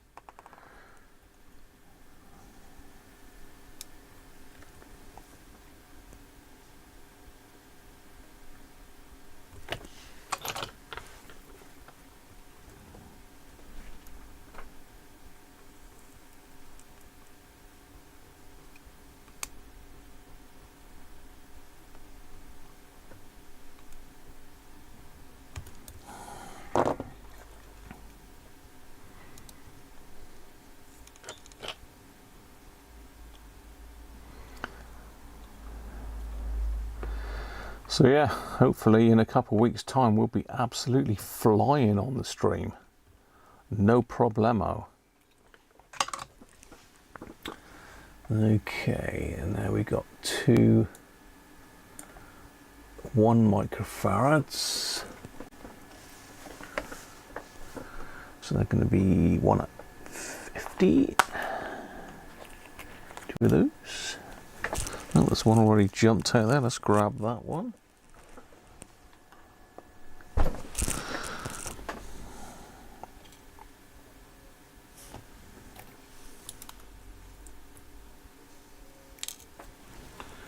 Two 1 at 50s.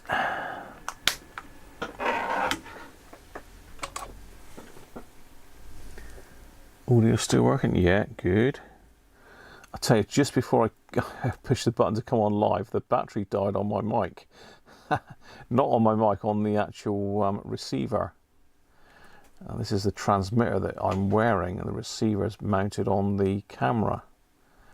And I use one of those like mobile phone charging up batteries on it. Quite a high power bank, I think they call them, don't they? You know, I use a power bank on that, and because I was just double checking that everything was going to be all right today, I had it on for quite some time, and the battery went down on it. So that's over there charging at the moment, which is why my on air sign's not on, because I'm using that to charge the battery. Okay, so the next one in the block is the 22 6.3, the baby one.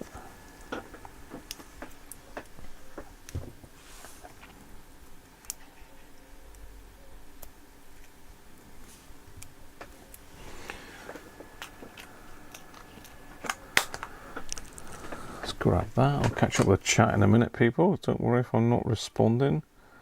Got my head in the radio at the moment. Trying to get it moved on a bit today.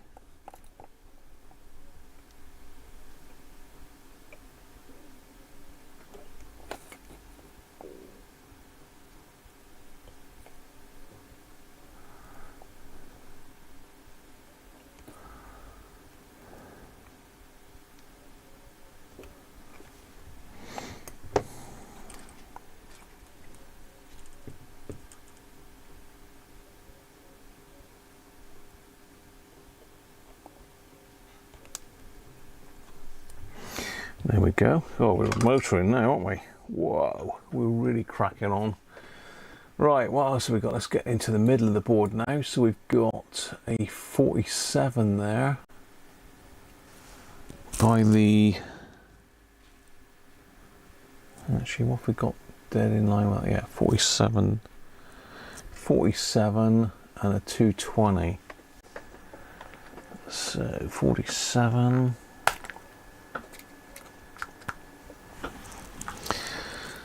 Again, I don't think they're high voltage, the 47s.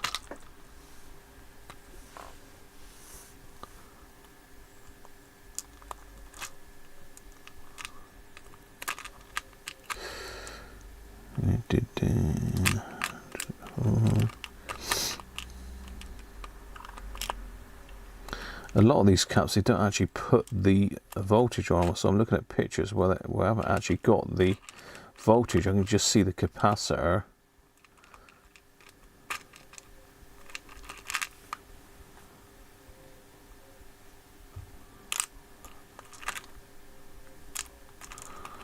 So I'm just having a quick look through.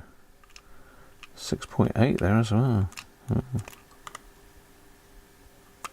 Okay, 47 at 6 volts. I didn't think we needed a big one. So these are 6.3.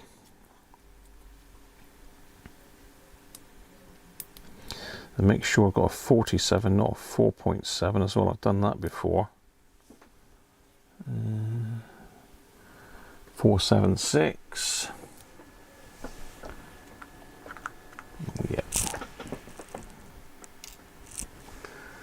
47. And another 100.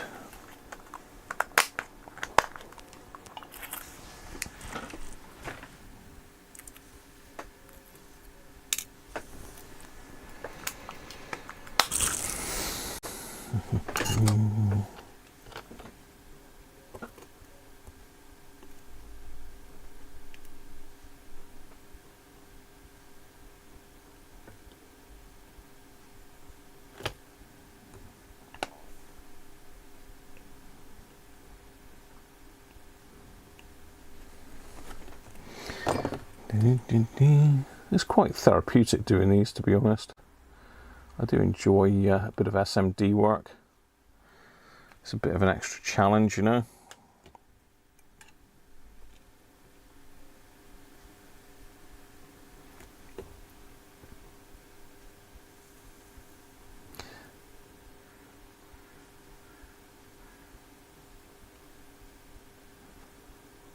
It does seem strange that Sony didn't really put tantalums in it to start with. They could have done. You'll notice this one I'm soldering now, right beside it, is a tantalum, which is original Sony.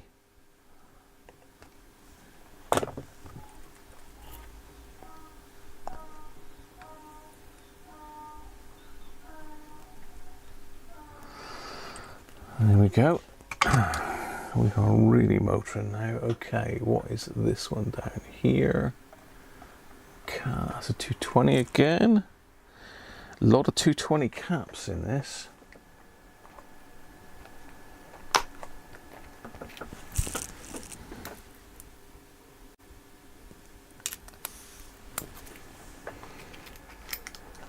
I did stock up on these recently and cost well over 100 quid for these caps. So they're not cheap, and I don't know, I just don't trust sort of Chinese sellers. I don't know, I'd rather go to somewhere like Mauser or CPC, Farnell, DigiKey, that sort of thing to get these rather than AliExpress. I mean, some things are only available on AliExpress. You know, they're a great resource, but some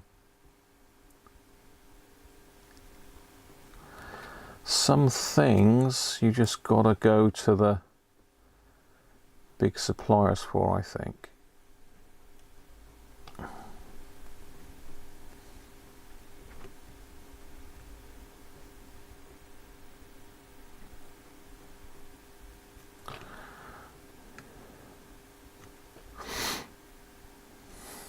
That's my view anyway.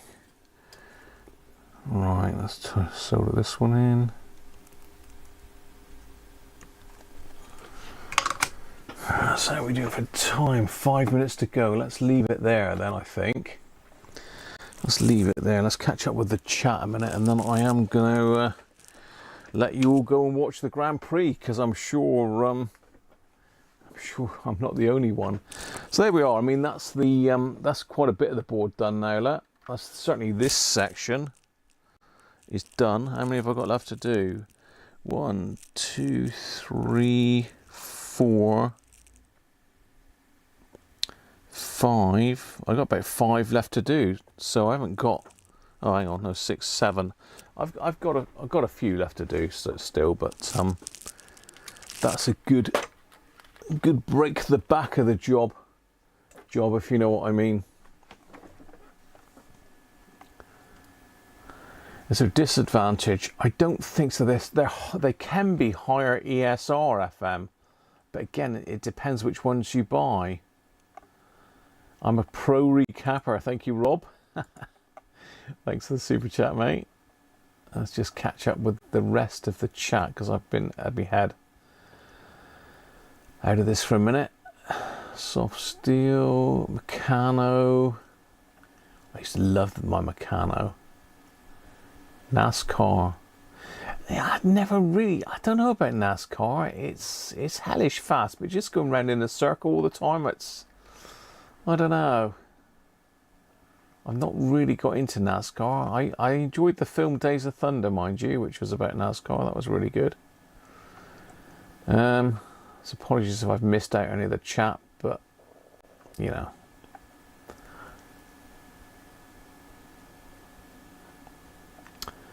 Let's catch up with the rest of it. Let's get rid of little me. We don't want two of me, do we? And Mrs. Cruncher haircut as well. Changing my streaming setup, Joe. Yes, I'm hoping. I've got fibre broadband coming in just over a week, and I want to try and buy a a gaming PC, not a laptop. A laptop is way out of my price range for streaming. I looked at sort of a good future-proof laptop for streaming, £2,500 really, upwards. You know, you can spend £3,500, £4,000 on a streaming laptop. It's just, you know, I'll never ever get the money back on it. You know, it take me years to get that out of YouTube. Years.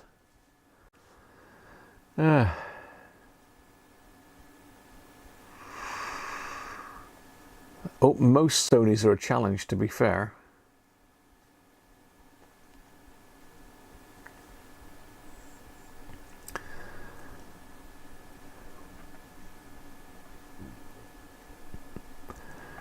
Just oh, you heard the donkey, did you?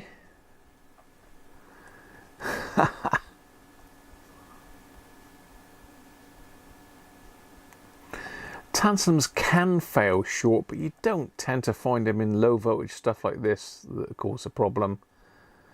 Cheers, Aaron. Off to play UFO Aftermath. Never heard of that one. Get the Cornuba for a spot of cabinet fettling. Good stuff. So there you go, people. That's it for today. Hopefully you've enjoyed that. I know there's a lot of people watch the Sony videos. Hopefully that's given them a little bit of an insight into how it's done and maybe have a go themselves. But as I say, get yourself a practice board or buy just a scrap old 7600. They're pretty cheap. You can pick them up for 20-30 quid. Like not working, 40 quid maybe, or back door missing, and you know, you can buy them cheap. Just have a practice on a scrap set before you attempt something like this, because I say the pads are a little bit soft on these. You've got to be really careful. Cheers, people. Have a good one. And I don't know, who do we want to win the Grand Prix? I'd like Norris to win, to be fair, but you know, you never know. Could be Piastri, could be Charles Leclerc, who is on pole. Who knows? Have a good one, and I'll catch you next week. Bye for now.